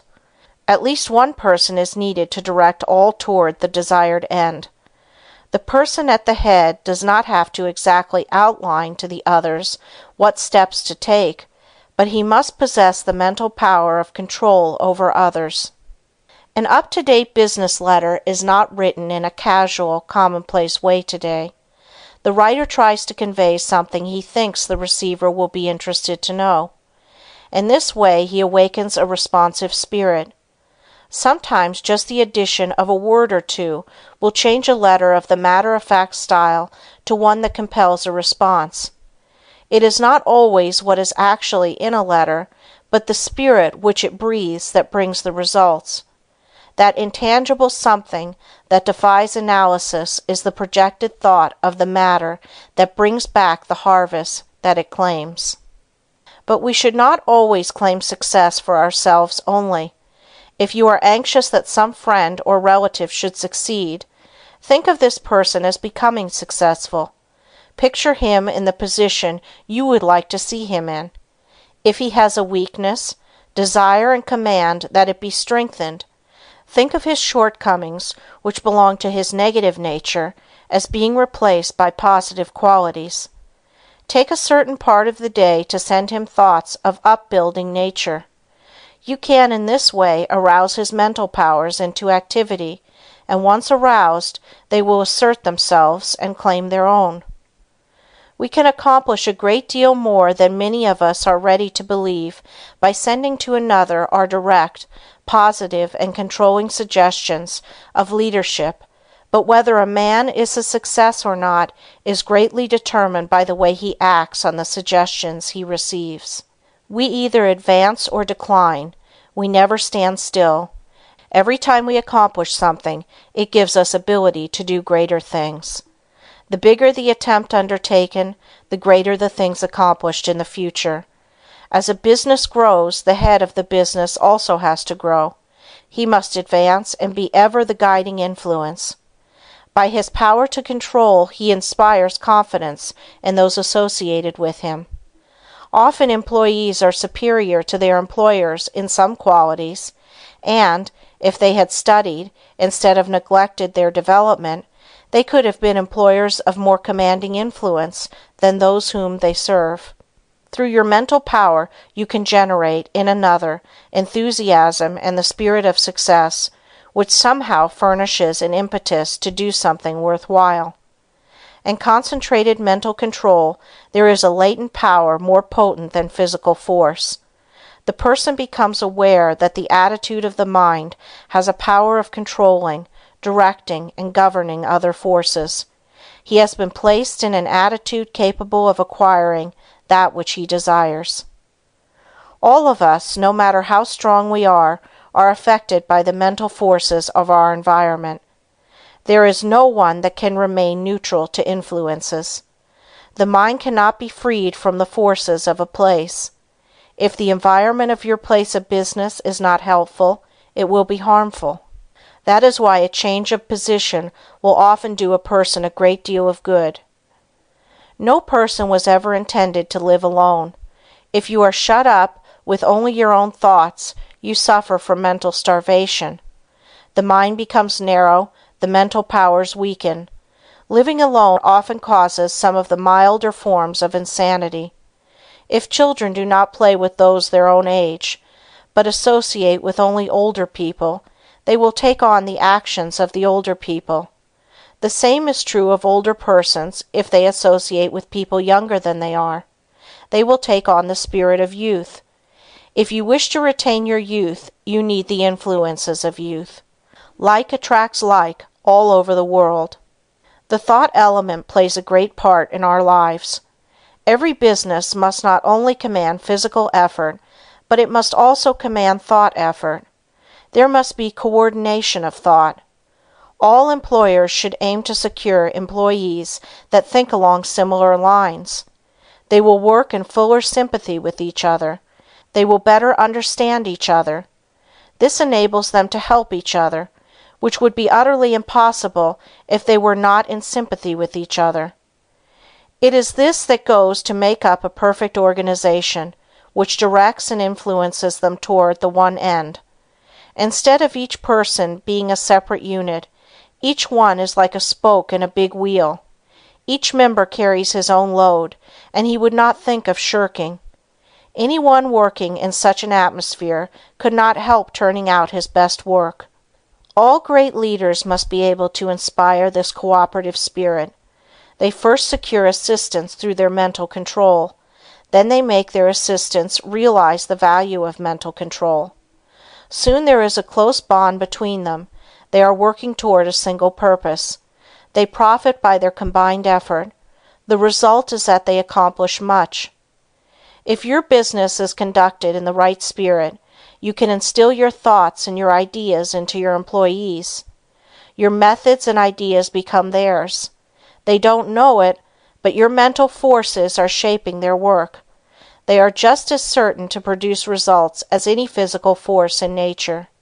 The up-to-date businessman of the future is going to take pains to get his employees to think and reason better. He will not want them to become depressed or discouraged. There is time that instead of being wasted, he will endeavor to have them use in concentrated effort that will be profitable to both employer and employed. There must be more of the spirit of justice entering into the business of the future. There is a firm I know that will not hire an employee until he has filled out an application blank. No doubt those that fill it out think it is a foolishness, but it is not. A capable manager can look over this application blank and pretty nearly tell if this person will fit into his management. The main thing he wants to know is the applicant's capacity for efficient, cooperative effort. He wants persons that have faith in themselves. He wants them to realize that when they talk of misfortunes and become blue, they are likely to communicate the same depressing influence to others. The up-to-date manager wants to guard against hiring employees who will obstruct his success. You must realize that every moment spent in thinking of your difficulties of the past, every moment spent in bad company, is attracting to you all that is bad, is attracting influences that must be shaken off before you can advance. Many firms prefer to hire employees that never worked before so that they have nothing to unlearn. They are then not trained, but have had no bad business habits to overcome. They are more easily guided and grasp the new materials more effectively because they are not contrary to what they have already learned. They are at once started on the right road, and as they cooperate readily, they receive the mental support of the management and learning the methods that have been perfected. This inspires confidence in themselves, and they soon become efficient and finally, skilled workers. Most big business firms today employ efficiency experts. Each day or week, they are in a different department. They earn their money because they familiarize persons with very little business experience with plans that have taken the expert years of training and much money to perfect. The attitude we take has a great deal more to do with our success than most of us realize. We must be able to generate those forces that are helpful. There is a wonderful power in the thought rightly controlled and projected, and we must, through concentration, develop this power to the fullest possible extent. We are surrounded by many forces of which we know but little at present. Our knowledge of these is to be wonderfully increased. Each year we learn more about these psychic forces which are full of possibilities, of which we are not even dimly conscious. We must believe in mental control, learn more about it, and use it, if we want to command these higher powers and forces which will unquestionably direct the lives of countless future generations. End of Lesson 18. The Power of Concentration by Theron Q. Dumont. Lessons 19 and 20. Read by Andrea Fiore. Lesson 19. A Concentrated Will Development. New Method. You will find in this chapter a most effective and most practical method of developing the will. You can develop a strong one if you want to. You can make your will a dynamo to draw you to untold power. Exercises are given which will, if practiced, strengthen your will, just as you would strengthen your muscles by athletic exercises. In starting to do anything, we must first commence with elementary principles. Simple exercises will be given. It is impossible to estimate the ultimate good to be derived from the mental cultivation that comes through these attempts at concentration. Even the simple exercises are not to be thought useless. In no respect, writes Dr. Oppenheim, can a man show a finer quality of willpower than in his own private, intimate life. We are all subjected to certain temptations. The will decides whether we will be just or unjust, pure of thought, charitable in opinion, forbearing in overlooking others' shortcomings, whether we live up to our highest standard. Since these are all controlled by the will, we should find time for plenty of exercises for training of the will in our daily life. You, of course, realize that your will should be trained. You must also realize that to do this requires effort that you alone can command. No one can call it forth for you. To be successful in these exercises, you must practice them in a spirit of seriousness and earnestness. I can show you how to train your will, but your success depends upon your mastery and application of these methods. New methods of will training. Select a quiet room where you will not be interrupted. Have a watch to determine the time, and a notebook in which to enter observations. Start each exercise with date and time of day. Exercise 1. Time decided on. Select some time of the day when most convenient. Sit in a chair and look at the doorknob for 10 minutes. Then write down what you experienced. At first it will seem strange and unnatural. You will find it hard to hold one position for 10 minutes. But keep as still as you can. The time will seem long, for it will probably be the first time you ever sat and did nothing for 10 minutes. You will find your thoughts wandering from the doorknob, and you will wonder what there can be in this exercise. Repeat this exercise for 6 days. 10 p.m., second day. Notes: you should be able to sit quieter, and the time should pass more quickly. You will probably feel a little stronger because of gaining a better control of your will. It will brace you up as you have kept your resolution. 10 p.m., third day. Notes: it may be a little harder for you to concentrate on the doorknob, as perhaps you had a very busy day and your mind kept trying to revert to what you had been doing during the day. Keep on trying and you will finally succeed in banishing all foreign thoughts. Then you should feel a desire to gain still more control. There is a feeling of power that comes over you when you are able to carry out your will. This exercise will make you feel bigger, and it awakens a sense of nobility and manliness. You will say, "I find that I can actually do what I want to, and can drive foreign thoughts out. The exercise, I can now see, is valuable." 10 p.m., fourth day. Notes: I found that I could look at the doorknob and concentrate my attention on it at once. Have overcome the tendency to move my legs. No other thoughts try to enter, as I have established the fact that I can do what I want to do and do not have to be directed. I feel that I am gaining in mental strength. I can now see the wonderful value of being the master of my own will force. I know now if I make a resolution, I will keep it. I have more self-confidence and can feel my self-control increasing. 10 p.m., fifth day. Notes: each day I seem to increase the intensity of my concentration. I feel that I can center my attention on anything I wish. 10 p.m., sixth day.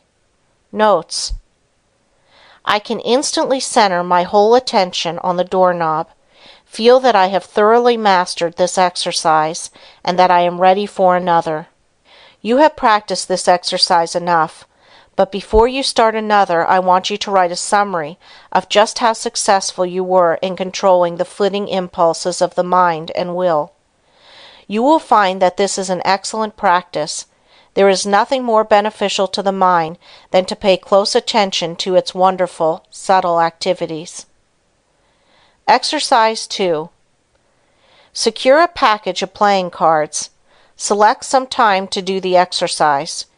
Each day at the appointed time, take the pack in one hand and then start laying them down on top of each other, just as slowly as you can, with an even motion.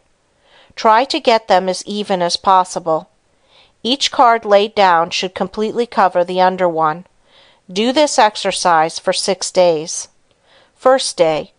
Notes: task will seem tedious and tiresome. Requires the closest concentration to make each card completely cover the preceding one. You will probably want to lay them down faster. It requires patience to lay them down so slowly, but benefit is lost if not so placed. You will find that at first your motions will be jerky and impetuous. It will require a little practice before you gain an easy control over your hands and arms. You probably have never tried to do anything in such a calm way. It will require the closest attention of your will.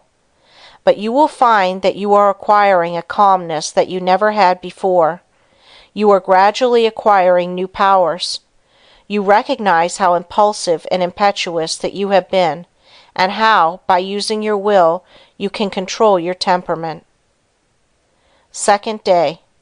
Notes: you start laying the cards down slowly. You will find that by practice you can lay them down much faster. but you want to lay them down slowly, and therefore you have to watch yourself.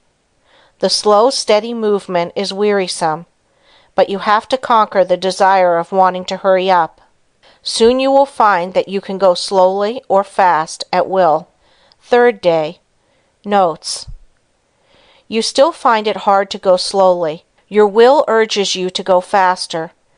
This is especially true if you are impulsive, as the impulsive character finds it very difficult to do anything slowly and deliberately. It goes against the grain. This exercise still is tiresome, but when you do it, it braces you up mentally. You are accomplishing something you do not like to do. It teaches you how to concentrate on disagreeable tasks. Writing these notes down you will find very helpful. Fourth day. Notes. I find that I am beginning to place the cards in a mathematical way. I find one card is not completely covering another. I am getting a little careless and must be more careful. I command my will to concentrate more. It does not seem so hard to bring it under control. Fifth day. Notes. I find that I am overcoming my jerky movements, that I can lay the cards down slowly and steadily. I feel that I am rapidly gaining more poise. I am getting better control over my will each day, and my will completely controls my movements. I begin to look on my will as a great governing power. I would not think of parting with the knowledge of will I have gained. I find it is a good exercise and know it will help me to accomplish my tasks. Sixth day. Notes. I begin to feel the wonderful possibilities of the will. It gives me strength to think of the power of will. I am able to do so much more and better work now that I realize that I can control my will action. Whatever my task, my will is concentrated on it. I am to keep my will centered there until the task is finished. The more closely and definitely I determine what I shall do, the more easily the will carries it out. Determination imparts compelling force to the will. It exerts itself more. The will and the end act and react on each other. Seventh day. Notes. Now try to do everything you do today faster. Don't hurry or become nervous. Just try to do everything faster, but in a steady manner. You will find that the exercises you have practiced in retardation have steadied your nerves, and thereby made it possible to increase your speed. The will is under your command. Make it carry out resolutions rapidly. This is how you build up your self-control and your self-command. It is then that the human machine acts as its author dictates. You certainly should now be able to judge of the great benefit that comes from writing out your introspections each day. Of course you will not have the exact experience given in these examples, but some of these will fit your case. Be careful to study your experiences carefully and make as true a report as you can. Describe your feelings just as they seem to you. Allow your fancies to color your report and it will be worthless. You have pictured conditions as you see them. In a few months, if you again try the same exercises, you will find your report very much better. By these introspections, we learn to know ourselves better, and with this knowledge can wonderfully increase our efficiency. As you become used to writing out your report, it will become more accurate. You thus learn how to govern your impulses, activities, and weaknesses. Each person should try to plan exercises that will best fit his needs. If not convenient for you to practice exercises every day, take them twice or 3 times a week, but carry out any plan you decide to try. If you cannot devote 10 minutes a day to the experiments, start with 5 minutes and gradually increase the time. The exercises given are only intended for examples. Will training without exercise. There are many people that do not want to take the time to practice exercises, so the following instructions for training the will are given to them. By willing and realizing, the will grows. Therefore, the more you will, the more it grows and builds up power. No matter whether your task is big or small, make it a rule to accomplish it in order to fortify your will. Form the habit of focusing your will in all its strength upon the subject to be achieved. You form in this way the habit of getting a thing done, of carrying out some plan. You acquire the feeling of being able to accomplish that which lies before you, no matter what it is. This gives you confidence and a sense of power that you get in no other way. You know when you can make a resolution that you will keep it. You do not tackle new tasks in a half-hearted way, but with a bold, brave spirit. We know that the will is able to carry us over big obstacles. Knowing this, despair never claims us for a victim. We have wills and are going to use them with more and more intensity, thus giving us the power to make our resolutions stronger, our actions freer, and our lives finer and better.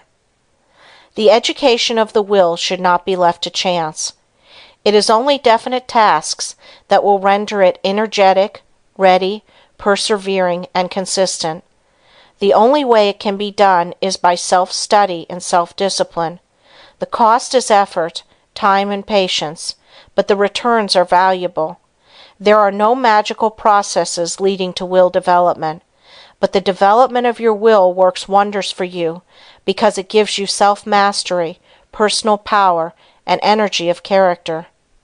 Concentration of the will to win. The adaptability of persons to their business environment is more a matter of determination than anything else. In this age, we hear a good deal of talk about a man's aptitudes. Some of his aptitudes, some of his powers, may be developed to a wonderful extent, but he is really an unknown quality until all his latent powers are developed to their highest possible extent. He may be a failure in one line and a big success in another. There are many successful men that did not succeed well at what they first undertook, but they profited by their efforts in different directions, and this fitted them for higher things. Whereas, had they refused to adjust themselves to their environment, the tide of progress would have swept them into oblivion. My one aim in all my works is to try and arouse in the individual the effort and determination to develop his full capacities, his highest possibilities. One thing I want you to realize at the start, that it is not so much ability as it is the will to do that counts. Ability is very plentiful, but organizing initiative and creative power are not plentiful. It is easy to get employees, but to get someone to train them is harder. Their abilities must be directed to the work they can do. They must be shown how, while at work, to conserve their energy, and they must be taught to work in harmony with others, for most business concerns are dominated by a single personality. Concentrating on driving force within. We are all conscious, at times, that we have somewhere within us an active driving force that is ever trying to push us onward to better deeds. It is that force that makes us feel determined at times to do something worthwhile. It is not thought, emotion, or feeling. This driving force is something distinct from thought or emotion. It is a quality of the soul, and therefore it has a consciousness all its own. It is the I will do of the will. It is the force that makes the will concentrate. Many have felt this force working within them, driving them on to accomplish their tasks. All great men and women become conscious that this supreme and powerful force is their ally in carrying out great resolutions. This driving force is within all, but until you reach a certain stage, you do not become aware of it. It is most useful to the worthy. It springs up naturally without any thought of training. It comes unprovoked and leaves unnoticed. Just what this force is we do not know, but we do know that it is what intensifies the will in demanding just and harmonious action. The ordinary human being, merely as merchandise, if he could be sold as a slave, would be worth $10,000. If somebody gave you a $5,000 automobile, you would take very good care of it.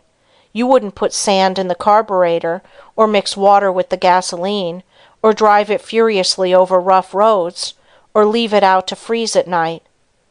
Are you quite sure that you take care of your own body, your own health, your own real property, as well as you would take care of a $5,000 automobile if it were given to you? The man who mixes whiskey with his blood is more foolish than a man would be if he mixed water with gasoline in his car. You can get another car, you cannot get another body.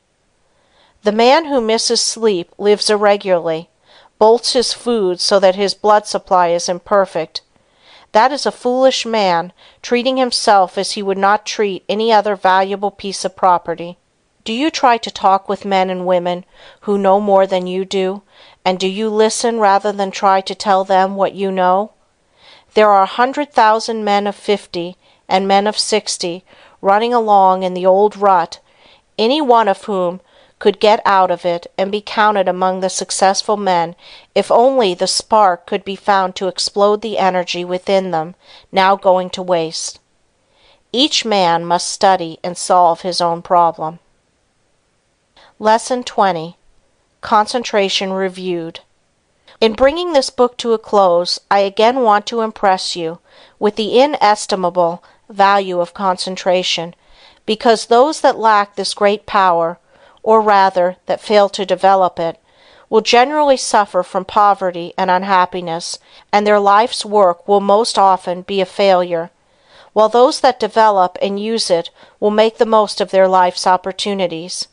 I have tried to make these lessons practical, and I am sure that many will find them so. Of course, the mere reading of them will not do you a great deal of good, but if the exercises are practiced and worked out and applied to your own individual case, you should be able to acquire the habit of concentration in such measure as to greatly improve your work and increase your happiness. But remember, the best instruction can only help you to the extent to which you put it into practice. I have found it an excellent idea to read a book through first, and then reread it, and when you come to an idea that appeals to you, stop and think about it. Then, if applicable to you, repeat it over and over, that you will be impressed by it. In this way, you can form the habit of picking out all the good things you read, and these will have a wonderful influence on your character.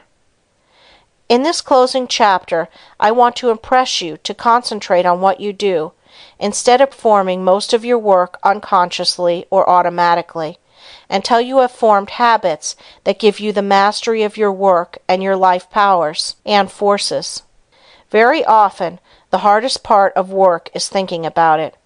When you get right into it, it does not seem so disagreeable. This is the experience of many when they first commence to learn how to concentrate.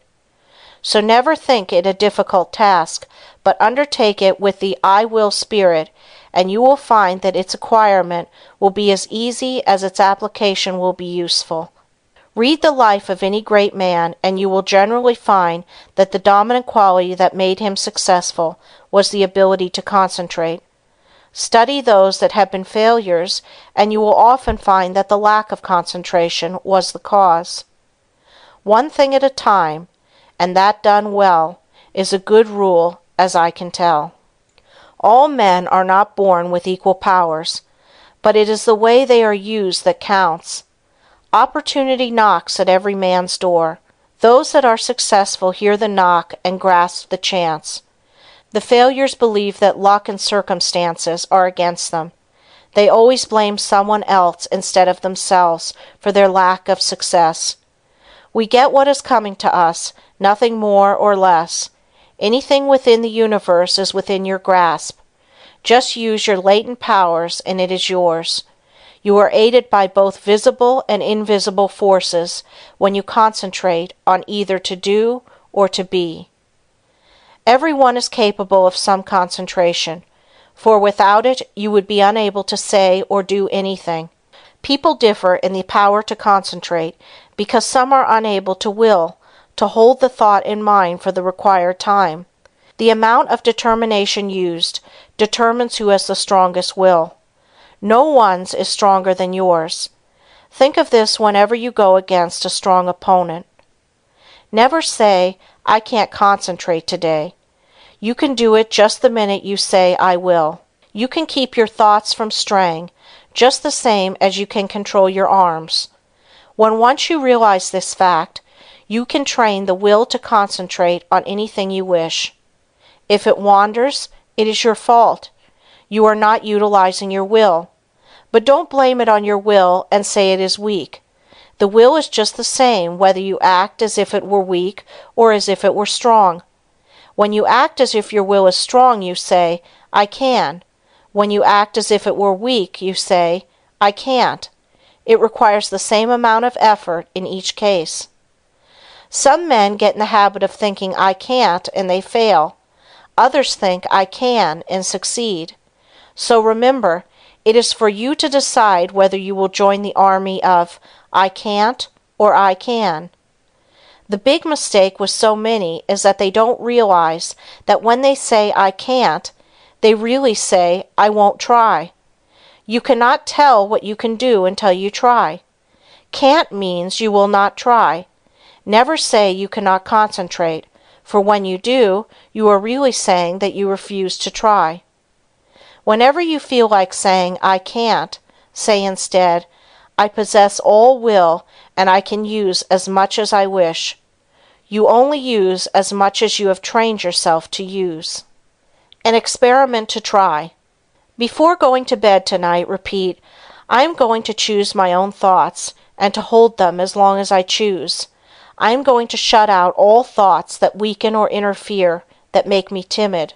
My will is as strong as anyone else. While going to work the next morning, repeat this over. Keep this up for a month and you will find you will have a better opinion of yourself. These are the factors that make you a success. Hold fast to them always. Concentration is nothing but willing to do a certain thing. All foreign thoughts can be kept out by willing that they stay out. You cannot realize your possibilities until you commence to direct your mind. You then do consciously what you have before done unconsciously. In this way you note mistakes, overcome bad habits, and perfect your conduct. You have at times been in a position that required courage, and you were surprised at the amount you showed. Now when once you arouse yourself, you have this courage all the time, and it is not necessary to have a special occasion reveal it to you. My object in so strongly impressing this on your mind is to make you aware that the same courage, the same determination that you show at certain exceptional times, you have at your command at all times. It is a part of your vast resources. Use it often and well, and working out the highest destiny of which you are capable. Final concentration instruction. You now realize that, in order to make your life worthy, useful, and happy, you must concentrate. A number of exercises and all the needed instruction has been given. It now remains for you to form the highest ideal that you can in the present and live up to that ideal and try to raise it. Don't waste your time in foolish reading. Select something that is inspiring, that you may become in rapport with those that think thoughts that are worthwhile. Their enthusiasm will inspire and enlighten you. Read slowly and concentrate on what you are reading. Let your spirit and the spirit of the author commune, and you will then sense what is between the lines, those great things which words cannot express. Pay constant attention to one and one thing only for a given time, and you will soon be able to concentrate. Hang on to that thought ceaselessly until you have attained your object. When you work, let your mind dwell steadily on your task. Think before you speak, and direct your conversation to the subject under discussion. Do not ramble. Talk slowly, steadily, and connectedly. Never form the hurry habit, but be deliberate in all you do. Assume static attributes without moving a finger or an eyelid, or any part of your body. Read books that treat of but one continuous subject. Read long articles and recall the thread of the argument. Associate yourself with people who are steady, patient, and tireless in their thought, action, and work. See how long you can sit still and think on one subject without interruption. Concentrating on the higher self. Father Time keeps going on and on. Every day he rolls around means one less day for you on this planet. Most of us only try to master the external conditions of this world. We think our success and happiness depends on us doing so. These are of course important, and I don't want you to think they are not, but I want you to realize that when death comes, only those inherent and acquired qualities and conditions within the mentality, your character, conduct, and soul growth, will go with you. If these are what they should be, you need not be afraid of not being successful and happy, for with these qualities you can mold external materials and conditions. Study yourself. Find your strong points and make them stronger, as well as your weak ones and strengthen them. Study yourself carefully, and you will see yourself as you really are. The secret of accomplishment is concentration, or the art of turning all your power upon just one point at a time. If you have studied yourself carefully, you should have a good line on yourself, and you should be able to make the proper interior readjustments. Remember first, last, and always, right thinking and right living necessarily results in happiness, and it is therefore within your power to obtain happiness. Anyone that is not happy does not claim their birthright. Keep in mind that someday you are going to leave this world, and think of what you will take with you. This will assist you to concentrate on the higher forces. Now start from this minute to act according to the advice of the higher self in everything you do. If you do, its ever-harmonious forces will necessarily ensure to you a successful fulfillment of all your life purposes. Whenever you feel tempted to disobey your higher promptings, hold the thought, "My higher self ensures to me the happiness of doing that which best answers my true relations to all others." You possess latent talents that when developed and utilized are of assistance to you and others. But if you do not properly use them, you shirk your duty, and you will be the loser and sufferer from the consequences. Others will also be worse off if you do not fulfill your obligations. When you have aroused into activity your thought powers, you will realize the wonderful value of these principles in helping you to carry out your plans. The right in the end must prevail. You can assist in the working out of the great plan of the universe, and thereby gain the reward, or you can work against the great plan and suffer the consequences. The all-consuming fires are gradually purifying all discordant elements. If you choose to work contrary to the law, you will burn in its crucible, so I want you to learn to concentrate intelligently on becoming in harmony with your higher self. Hold the thought, "I will live for my best. I seek wisdom, self-knowledge, happiness, and power to help others. I act from the higher self. Therefore only the best can come to me." The more we become conscious of the presence of the higher self, the more we should try to become a true representative of the human soul in all its wholeness and holiness, instead of wasting our time dwelling on some trifling external quality or defect. We should try to secure a true conception of what we really are, so as not to overvalue the external furnishings. You will then not surrender your dignity or self-respect when others ignorantly make a display of material things to show off. Only the person that realizes that he is a permanent being knows what the true self is. End of The Power of Concentration by Theron Q. Dumont.